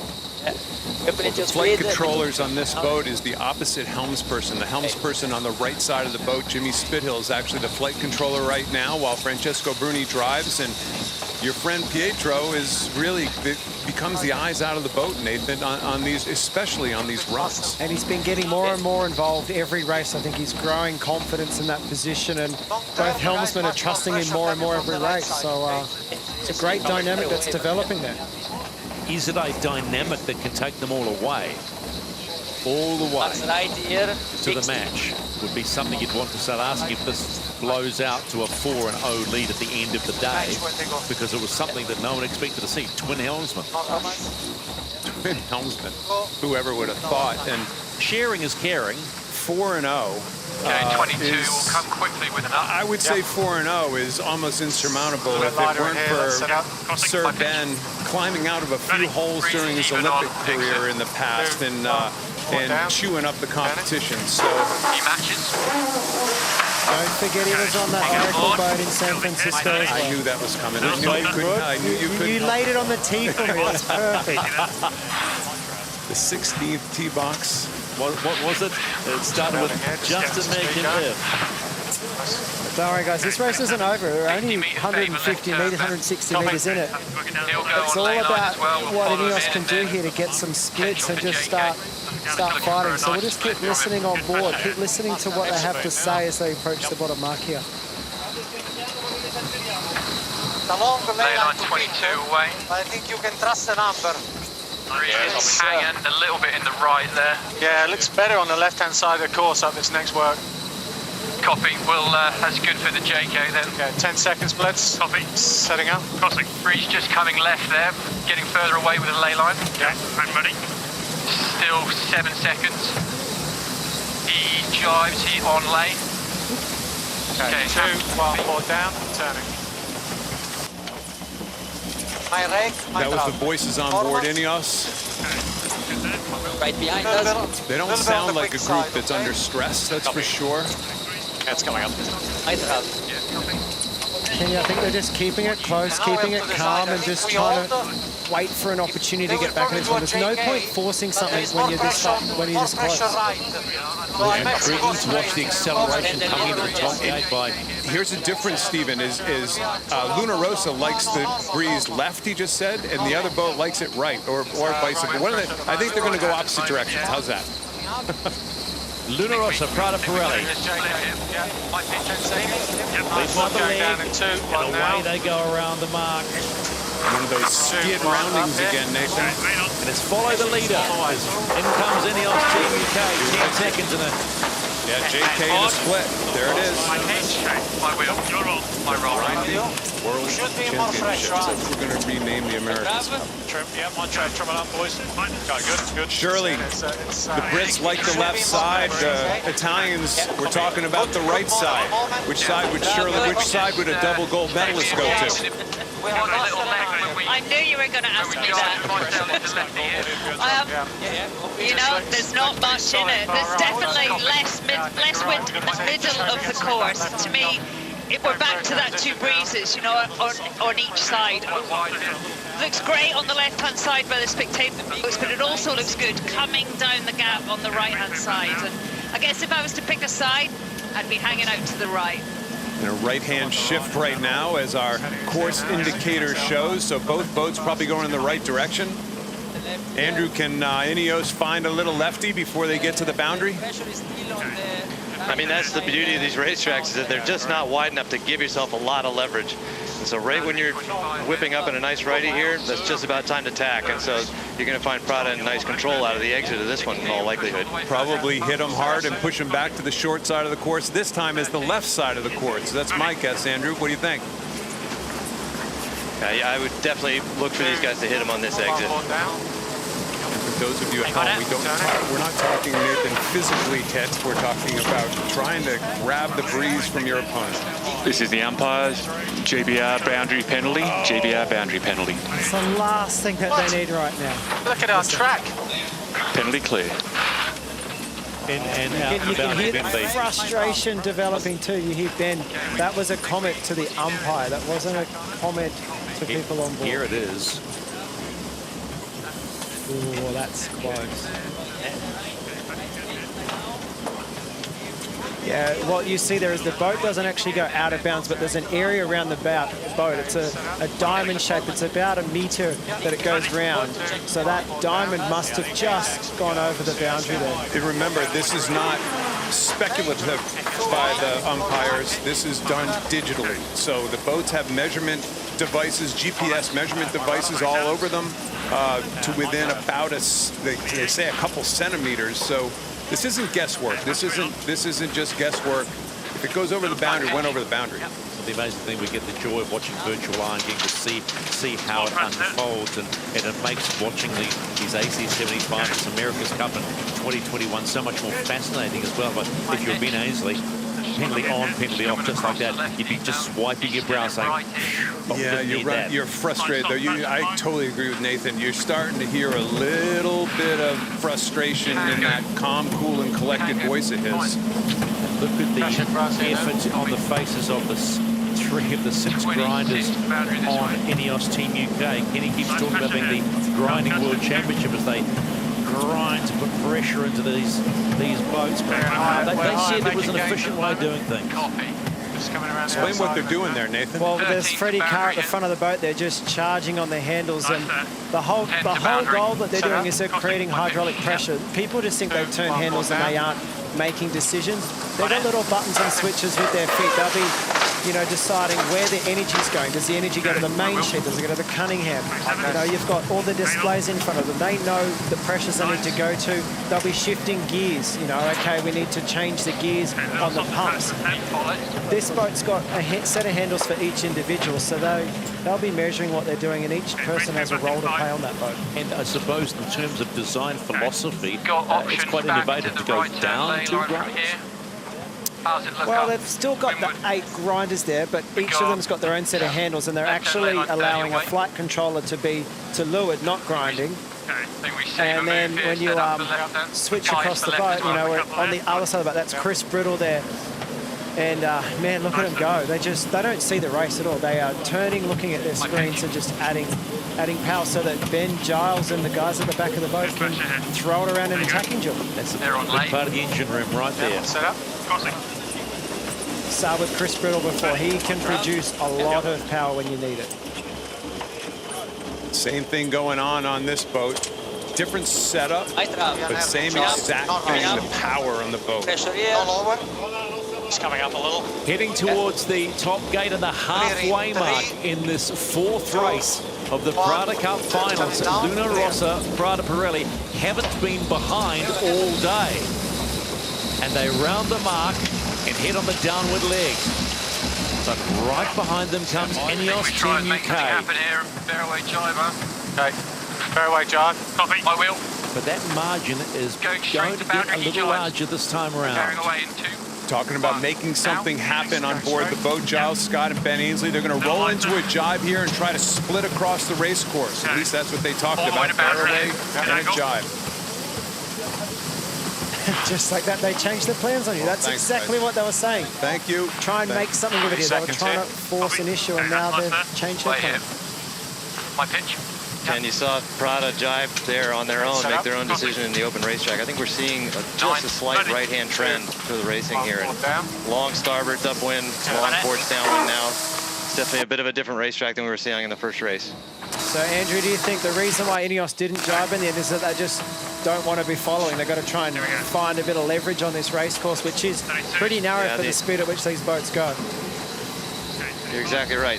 They were talking about getting a split at the top mark, and by the time they got there, Luna Rossa had already jibed, so that kind of puts that decision-making process in a different light, and they went all the way to boundary to try and get a little bit of leverage to leeward of them, but there's just not much out there because it's starting to be a right-hand racetrack. The decision-making must be split-second decision-making. Yeah, but that was all about just doing whatever the boat in front of you gives you. So they, by Prada jibing, all of a sudden, they didn't have a choice. They need to split the race course. They're not drag racing down this boat right now. This red and black boat. They're going too well. They got to do something, and surely desperation halfway through the race, that's typically not a good thing, although they look like they're in a pretty tiny spot right now. What do you see from up top there, Shirley? Kenny, I was lighting on the right-hand side, just as Andrew called it. It feels all kind of right now. The pressure's coming down that gap of Waikiki, and it looks really good on that side. And you're right, we're seeing Luna Rossa just make their own decisions now, go where they want to go. And quite surprised, really, to hear Ben say that, you know, that we have to make something happen. It's the first time we've heard a hint of desperation into their decision-making. It looks like they're almost in such a right-hand shift. It looks like they're almost laying the mark, Shirley, from this position. So you want to probably do 2 quick ones? Yeah, maybe I can't quite see, Kenny, but they're not far off it, that's for sure. We just heard Jimmy talking about doing 2 quick jibes there. Yeah, there you go. Yep. Yeah, he still likes that left-hand turn. He's so favored with this righty. There's a big streak coming down the center right-hand side of the racetrack. You see INEOS is in that shift now. They had to come up, almost up to Prada's line before they got into that puff, so they're not going to make any gains where they were, unfortunately. But when you talk about gains on this downwind leg for Luna Rossa Prada Pirelli, they had the foot to the floor. The accelerator was firmly planted as the gap widened out to over 500 meters. And they will take the bottom gate and hit on that upwind leg for the last time. They were screaming down that leg. They'll lose a little bit of their lead because of these 2 jibes, but like Andrew and Shirley just said, right-hand side of the race course is dominant right now, so they had to do the 2 jibes, and also look at how favored that mark is. It's the short mark around to get them quickest up to the top gate. INEOS Team UK around the bottom gate, 22 seconds the margin. And just a painful soak from INEOS to get into that mark, you know. Here is the voice of Andrew Campbell, flight controller, American Magic, joining us on Chase Boat 1. Just to the right-hand side, you can see the margins at all the gates. So this is a 6-leg race. We're now on leg number 5. So once again, here we're going upwind, and you can see the angle almost difference here. It looks like Luna Rossa are pointing higher than INEOS Team UK, and that's probably just shift related. That right-hand side of the course is getting more pressure. Often more pressure means you point a little bit higher. They're not really giving any opportunities for INEOS to get back into this race. They did the smart thing, the double job at the bottom, got around the bottom mark nice and cleanly. They might have thrown away a little bit of the lead, but, you know, as we all picked up there, that mark was so favored that the shift is right shift right now, and it's getting tougher and tougher for INEOS right now, isn't it? Well, Nathan, the one word that still comes to mind watching this second race and going back to race number 3 as well, control. And the phrase being in control, doing what you want to do to force INEOS to try and keep up. Course access 40, almost a 19-degree right-hand shift reading on our gauges down here, Shirley, and I'm sure it looks like that out on the water. Yeah, it's right, and it's very long on starboard tack as well. I mean, a really dominant position for Prada. They're in more breeze. We've seen them just getting a little bit more height from that, and they are on the long tack, so good news for them. 2, 1. All right, they're not even going to they're going to go back to the short side of the race course, Nathan, and protect the right that much harder. These guys, they're not being fooled right now by much on Luna Rossa. Impressive. It's as if they can hear Shirley in the helicopter saying the pressure is so much better on the right. Look at that. They went slightly to the left, but they're more or less just protecting the right-hand side of the course. They're actually too far in front now. to even give Disturb there in the competition. They're kind of just sailing the wind, keeping competition in check and sailing really well, aren't they? Not just today, but yesterday. They haven't put a foot wrong so far. Whatever they did to the boat post the round robin series, the semi-finals, has worked. It has worked. You know, this speed comparison here at the bottom between the two boats. You see the little dips with the tacks. They're tacking back here once again. We'll see a dip in a second. But on average, you know, they're looking like they've got a speed edge, don't they? You can see the green line is heavily above that orange line.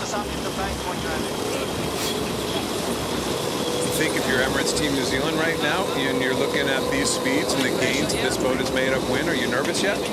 Well, they'd be checking this data against their own data, and they'd know a lot more than we would. We're going to speculate, but I'm pretty sure Team New Zealand are loving the fact that they can watch this racing, get this information that we're all seeing, and they'll know, but Luna Rossa aren't going to know if they're going to be up to speed come March. Yep. As soon as you mention Emirates Team New Zealand, you go, the great unknown. You got two teams here that have been racing and racing and racing. The team that's had to plan its own little playground, its own sandpit for a while. These guys have spent 85% of this leg on starboard tack. Exactly what you want when you're ahead. Interesting chat on board at the top, Mark. Okay, Jimmy was talking about the tack bear away, and they're actually going to go the bear away jibe and try and get further down the race course, but I think he thinks it's a lot windier on the right-hand side than the left. Completing the 5th of 6 legs of this 4th race of the Prada Cup Final 2021. And again, it's Luna Rossa rounding the mark first and leading the way. And they're on their way home in this 4th race.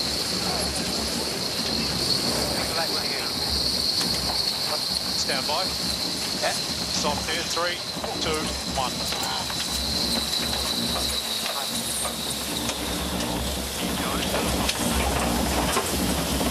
Andrew, not to bring up the pass, but they kind of took the easy route out there, and probably gave up a little bit of their lead, but probably took the safer route, right? Who doesn't like a good tack barrel, you know? The left mark's clearly favored here. You know, it's an easier route. They're not going to get one and in here down this run, but there's almost a case where that could happen. No, it's a safer bet, and you know that INEOS is going to do the same behind you, so you're just protecting the geometry here in my mind. Good puff jibing from him. Really starting to lengthen out now for Luna Rossa against INEOS Team UK. Just a huge amount of camber they create in the bottom of both of those sails when they need it. They have a really adjustable setup, don't they? You were up there watching it yesterday from the helicopter. Oh yeah, from the helicopter, yes, it was super visual. You can see jib car goes forward, grunt the jib up, the same with the main. They can rotate the mast, they can really camber up the mainsail so much more. You can see the twin skin main here in action right now. They've got so much power in those sails, and as soon as they turn up wind, it just goes boom, and it goes flat again. And you can see they're really doing a great job of harnessing the power. You know, downwind you have less apparent wind, so you camber it up a bit. This is great camera angles we can see here. And all the teams, I think, have the ability to do this, but I think Luna Rossa are making the most. They're making the most of their equipment that we've seen so far. Like we are carrying the pressure down. Look at that one person's head hanging out to leeward. That would be Spithill doing the flight control, right? And everyone else's head's out of the wing. They've done a nice job of fairings out there. And can you see the sail shape differences from the helicopter, Shirley? That's good. No. We're a bit further away. We're racing down to give you the finish shot. You know, you can't when they got wind, and Nathan was saying, and just how much they're able to really power those sails up. It's so impressive. Impressive is a word that will describe Luna Rossa Prada Pirelli in the first 4 races of this Prada Cup Final 2021. As they head towards the finish line, they are now only 3 races away from meeting the defender, Emirates Team New Zealand. And that will mean the challenger of record goes up against the hometown boat. They have been flawless yet again. And to come across the line they do. Rossa Prada Pirelli go 4-0. And they have announced to this regatta, come and get us if you want us. But we are in the box seat and their fans on Valentine's Day are feeling the amore.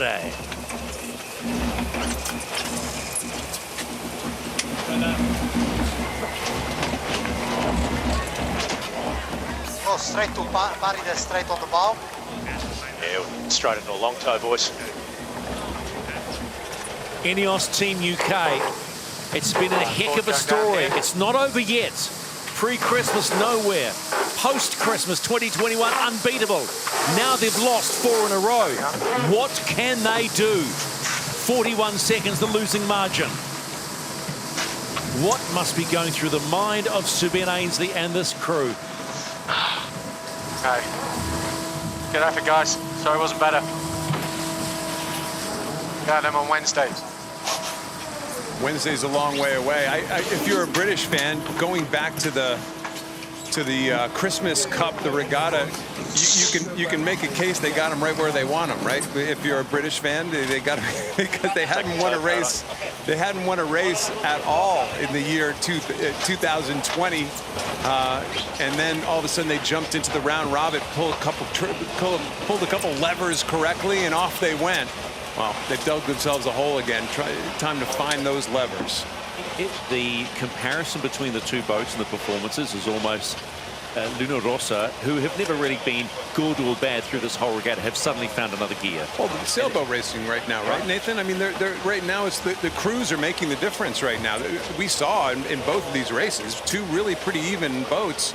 Yeah, we definitely did. We saw 2 pretty even boats. We saw 2 easy wins for Rossa in the start because of some mistakes from Rossa, and we saw them just picking some win shifts.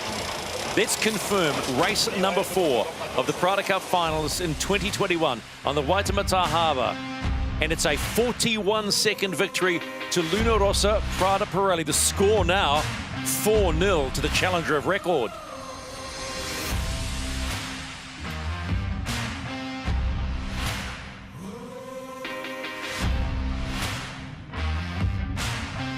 Well, there's really not much more to be said in this race in the pre-start. One mistake. Well, we won't know what that mistake was for a while, or maybe, like Andrew said, ever.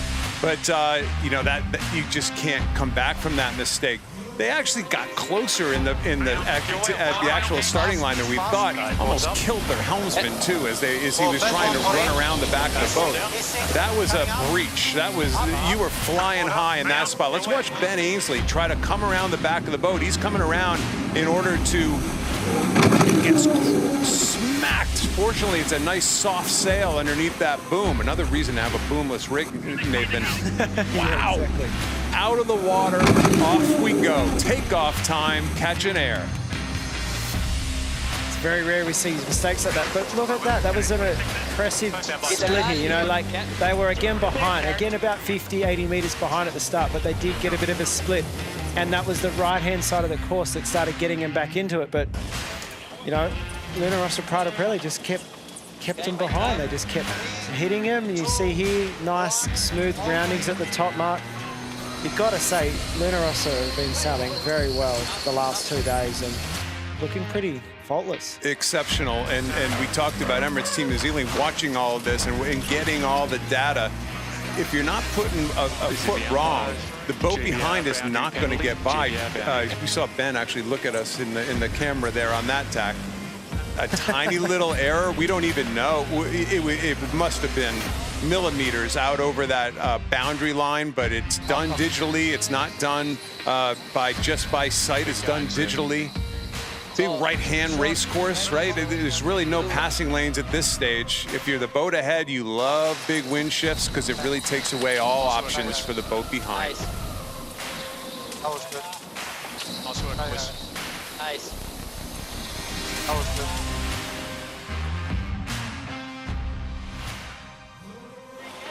Let's go on Board Luna Rossa Prada Pirelli shortly as they get the jib down, but they will be very, very confident right now going into Wednesday. But lots to talk about.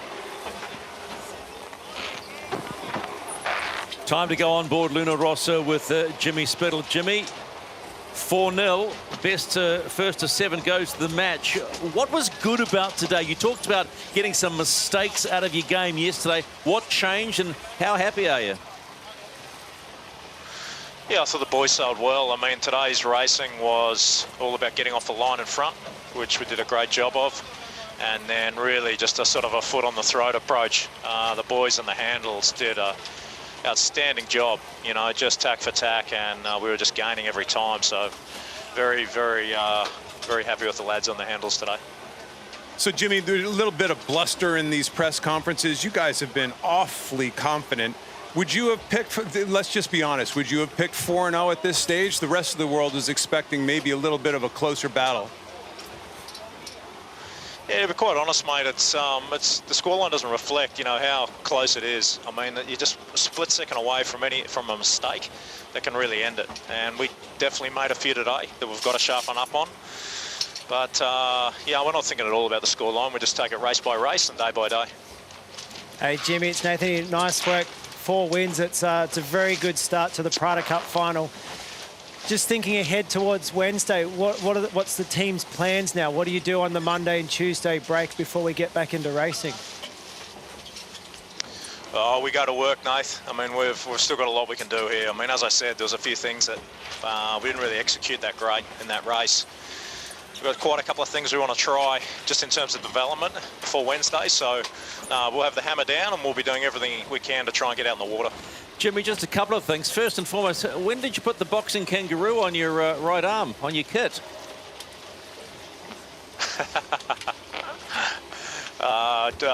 Gillo, his wife, you know, is actually an artist, and she's done it for pretty much all the campaigns we've been involved in. So, yeah, it's something that's had a bit of history, and there's obviously a bit of an association for me too, because as a kid with Australia too, that's one of the things I kind of remember. So, yeah, it's really comes from Gillo's wife, Eleanor. One final thought, what are you doing for Valentine's Day? Any plans? I'm not asking. It's Valentine's Day? Thanks, Martin. I'm going to have a quick talk to Francesco. Francesco, congratulations. The tricolours will be flying all over Italy at the moment with the way this team's performing. This must be so satisfying. Yeah, we are very happy. We are very happy for the team. We are very happy for Italy. We are going well, but we have to keep focused. The focus has to be high. We can feel the cheer of the Italians behind us, but we have to think about our job, execute well our job, and we have to use tomorrow and the day after to improve, keep improving. Francesco, tell us what it's like a little more back home. What do you think? What do you think the crowd is thinking? How much support do you feel from back home with people not really able to travel here? It's amazing. I think that Italy is all about soccer, but sailing is having a good fight at the moment. Hey, do you have a little message you want to say in Italian to the troops back home? Sì. Grande Italia e Forza Palermo. Yeah. Grazie mille. Thanks, Francesco. Let's go across to INEOS Team UK. Sir Ben Ainsley joins us once again. It's getting tough, Ben. How are you feeling? Oh, yeah, tough day. We're not happy with it. You know, we can sail a hell of a lot better than that, and we need to. And yeah, we just gave 2 races to those guys. You know, bad, you know, off the start line, and to their credit, they sailed really well and didn't give us really a chance to get back into it. But at this level, you can't afford to make any mistakes, and we made too many. So we've got to go away and regroup and really get our act together for Wednesday and come out swinging. Can you give us an idea, Ben, of what happened in that breach? And secondly, are you okay? It looked like you took a little bit of a knock. Yeah, I don't know what happened, to be honest. We got to go away and look at it. We wanted to be aggressive in the start. It was quite an aggressive move, but we were in a good spot, but we lost control of the boat, which obviously you can't afford to do. So you'll have to go away and look at that one. Yeah, but don't worry, I'm fine, mate. I'll keep going. Good to hear you're fine, Ben. We know you're a tough character. Thinking ahead to Wednesday, plenty of breeze on the forecast the next few days. Do you think we're going to see you guys back out on the water? And what would be the focus if you can get out on the water? Yeah, definitely. We need to get back out on the water. We've got to iron out a few things. Forecast for Wednesday looks fresh at the moment. See how it develops over the next couple of days. But yeah, every day we'll be back at it, trying to improve. And you know, we need to. We've got to get some races back off these guys. As always, thanks for your time, Ben. Have a great weekend. What's left of it? Thanks, guys. So there we have it, the spectator fleet heading back in as we look at the numbers and check the speeds and distances sailed, and just plenty more tacks too. Plenty of tacks again. Not quite the record. I think the last race was the record of 17.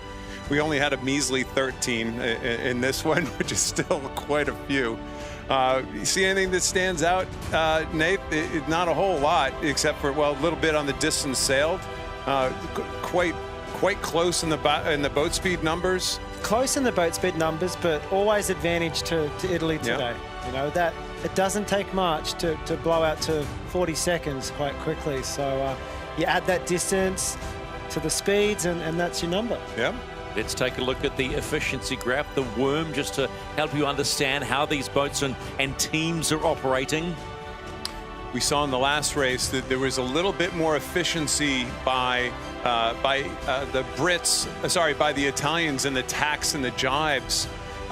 This is really just kind of a boat speed contest here right now. Not a whole lot in it, but again, the darker yellow line on the tacks always seems to be a little bit lower as a number than the Italians, and you know, you could say that the Italians tack a little bit better. Yeah, they look like their efficiency in the maneuvers is better. The bottom speeds are for sure lower on the UK boat, but they build speed quicker, as it looks like Luna Rossa maybe a smoother turn. They don't have the same bottom speed, and they just slowly accelerate, and maybe their angle's actually better. But when you look at these straight line segments, you can see there's not a whole lot in it. Every now and then you see the green line just that little bit higher than the orange. So I think if you average it out, Italy's a quicker boat. And into the key moment, I don't think it'll come as any surprise. And the one word that comes out here, mistakes too. Mistakes, and the more I think about this, they're lucky they still have a helmsman who's intact, because he was in a really vulnerable spot when that boat popped out of the water like that. And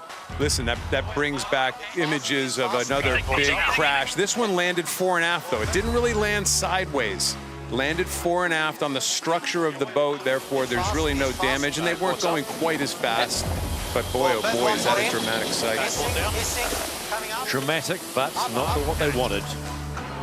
Look at this, it is, wow. I have to say, it's got a lot to do with that foil coming up. But both boards in the water, boats flat and stable. As soon as that board comes up, watch it here. As soon as you see the foil come up, ready, and boom, heel comes straight away. So I think that foil was sucking down, and then all of a sudden you get that massive heel. There's Ainsley going around behind the back of the boat, and all of a sudden, boom. He's lucky. He's tough. He's lucky, though. If he was another meter further aft, he would have been in trouble.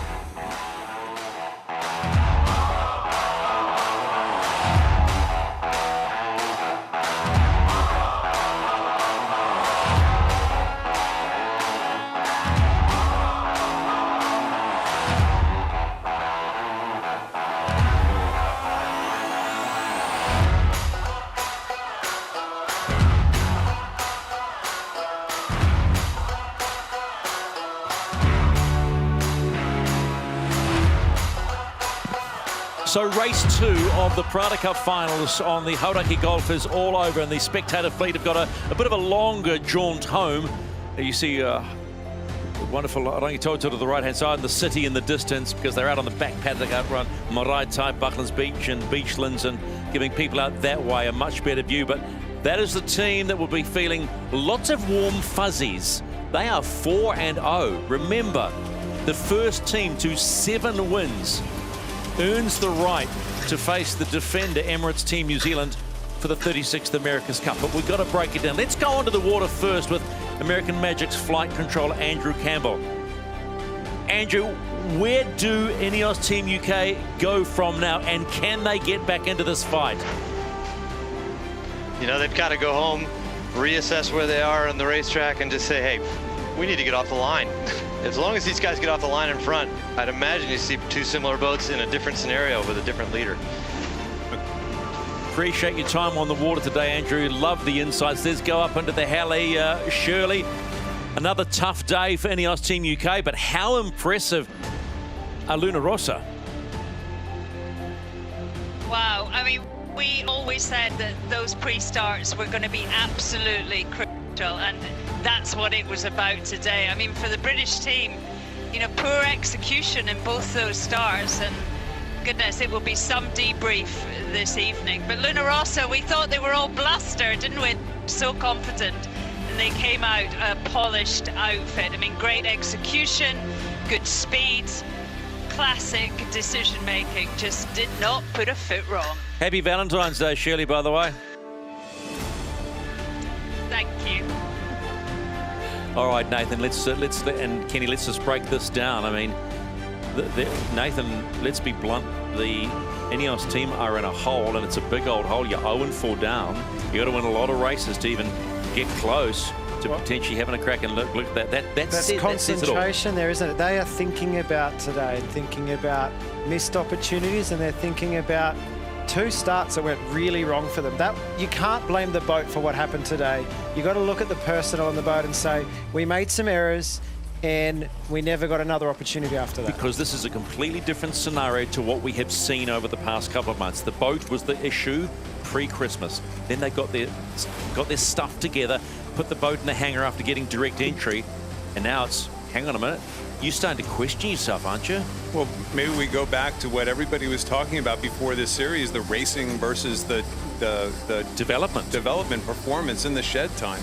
Hey, we got to look at, you have to look at everything at this stage, and right now the INEOS guys are going to go back and really do some soul searching. 4-zip, man, that's real. Briefly, what can they do? What do you think they can do?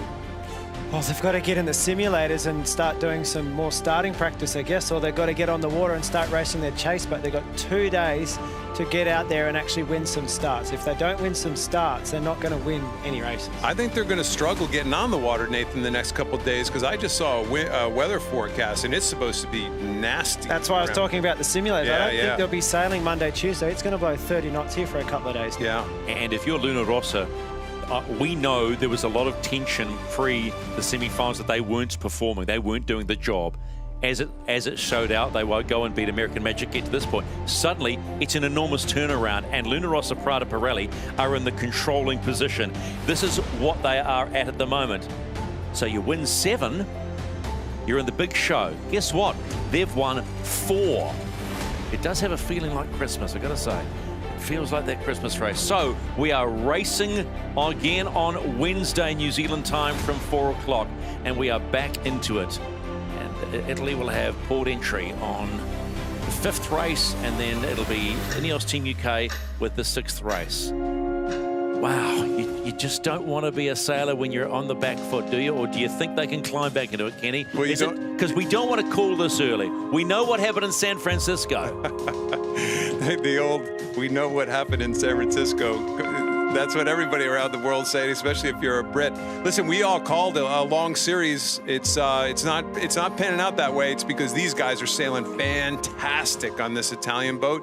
All credit to them. They're actually pushing it hard and making it work. So the first 2 days of racing are done in the Prada Cup finals of 2021. And it's Luna Rossa, the challenger of record, who have made an enormous statement. Catch us if you can. That's what it will be about. They lead 4-0. And you are watching pictures from probably the best place on earth you want to be right now. It's called Aotearoa, New Zealand. We will see you back on Wednesday for more racing as we head towards the 36th America's Cup.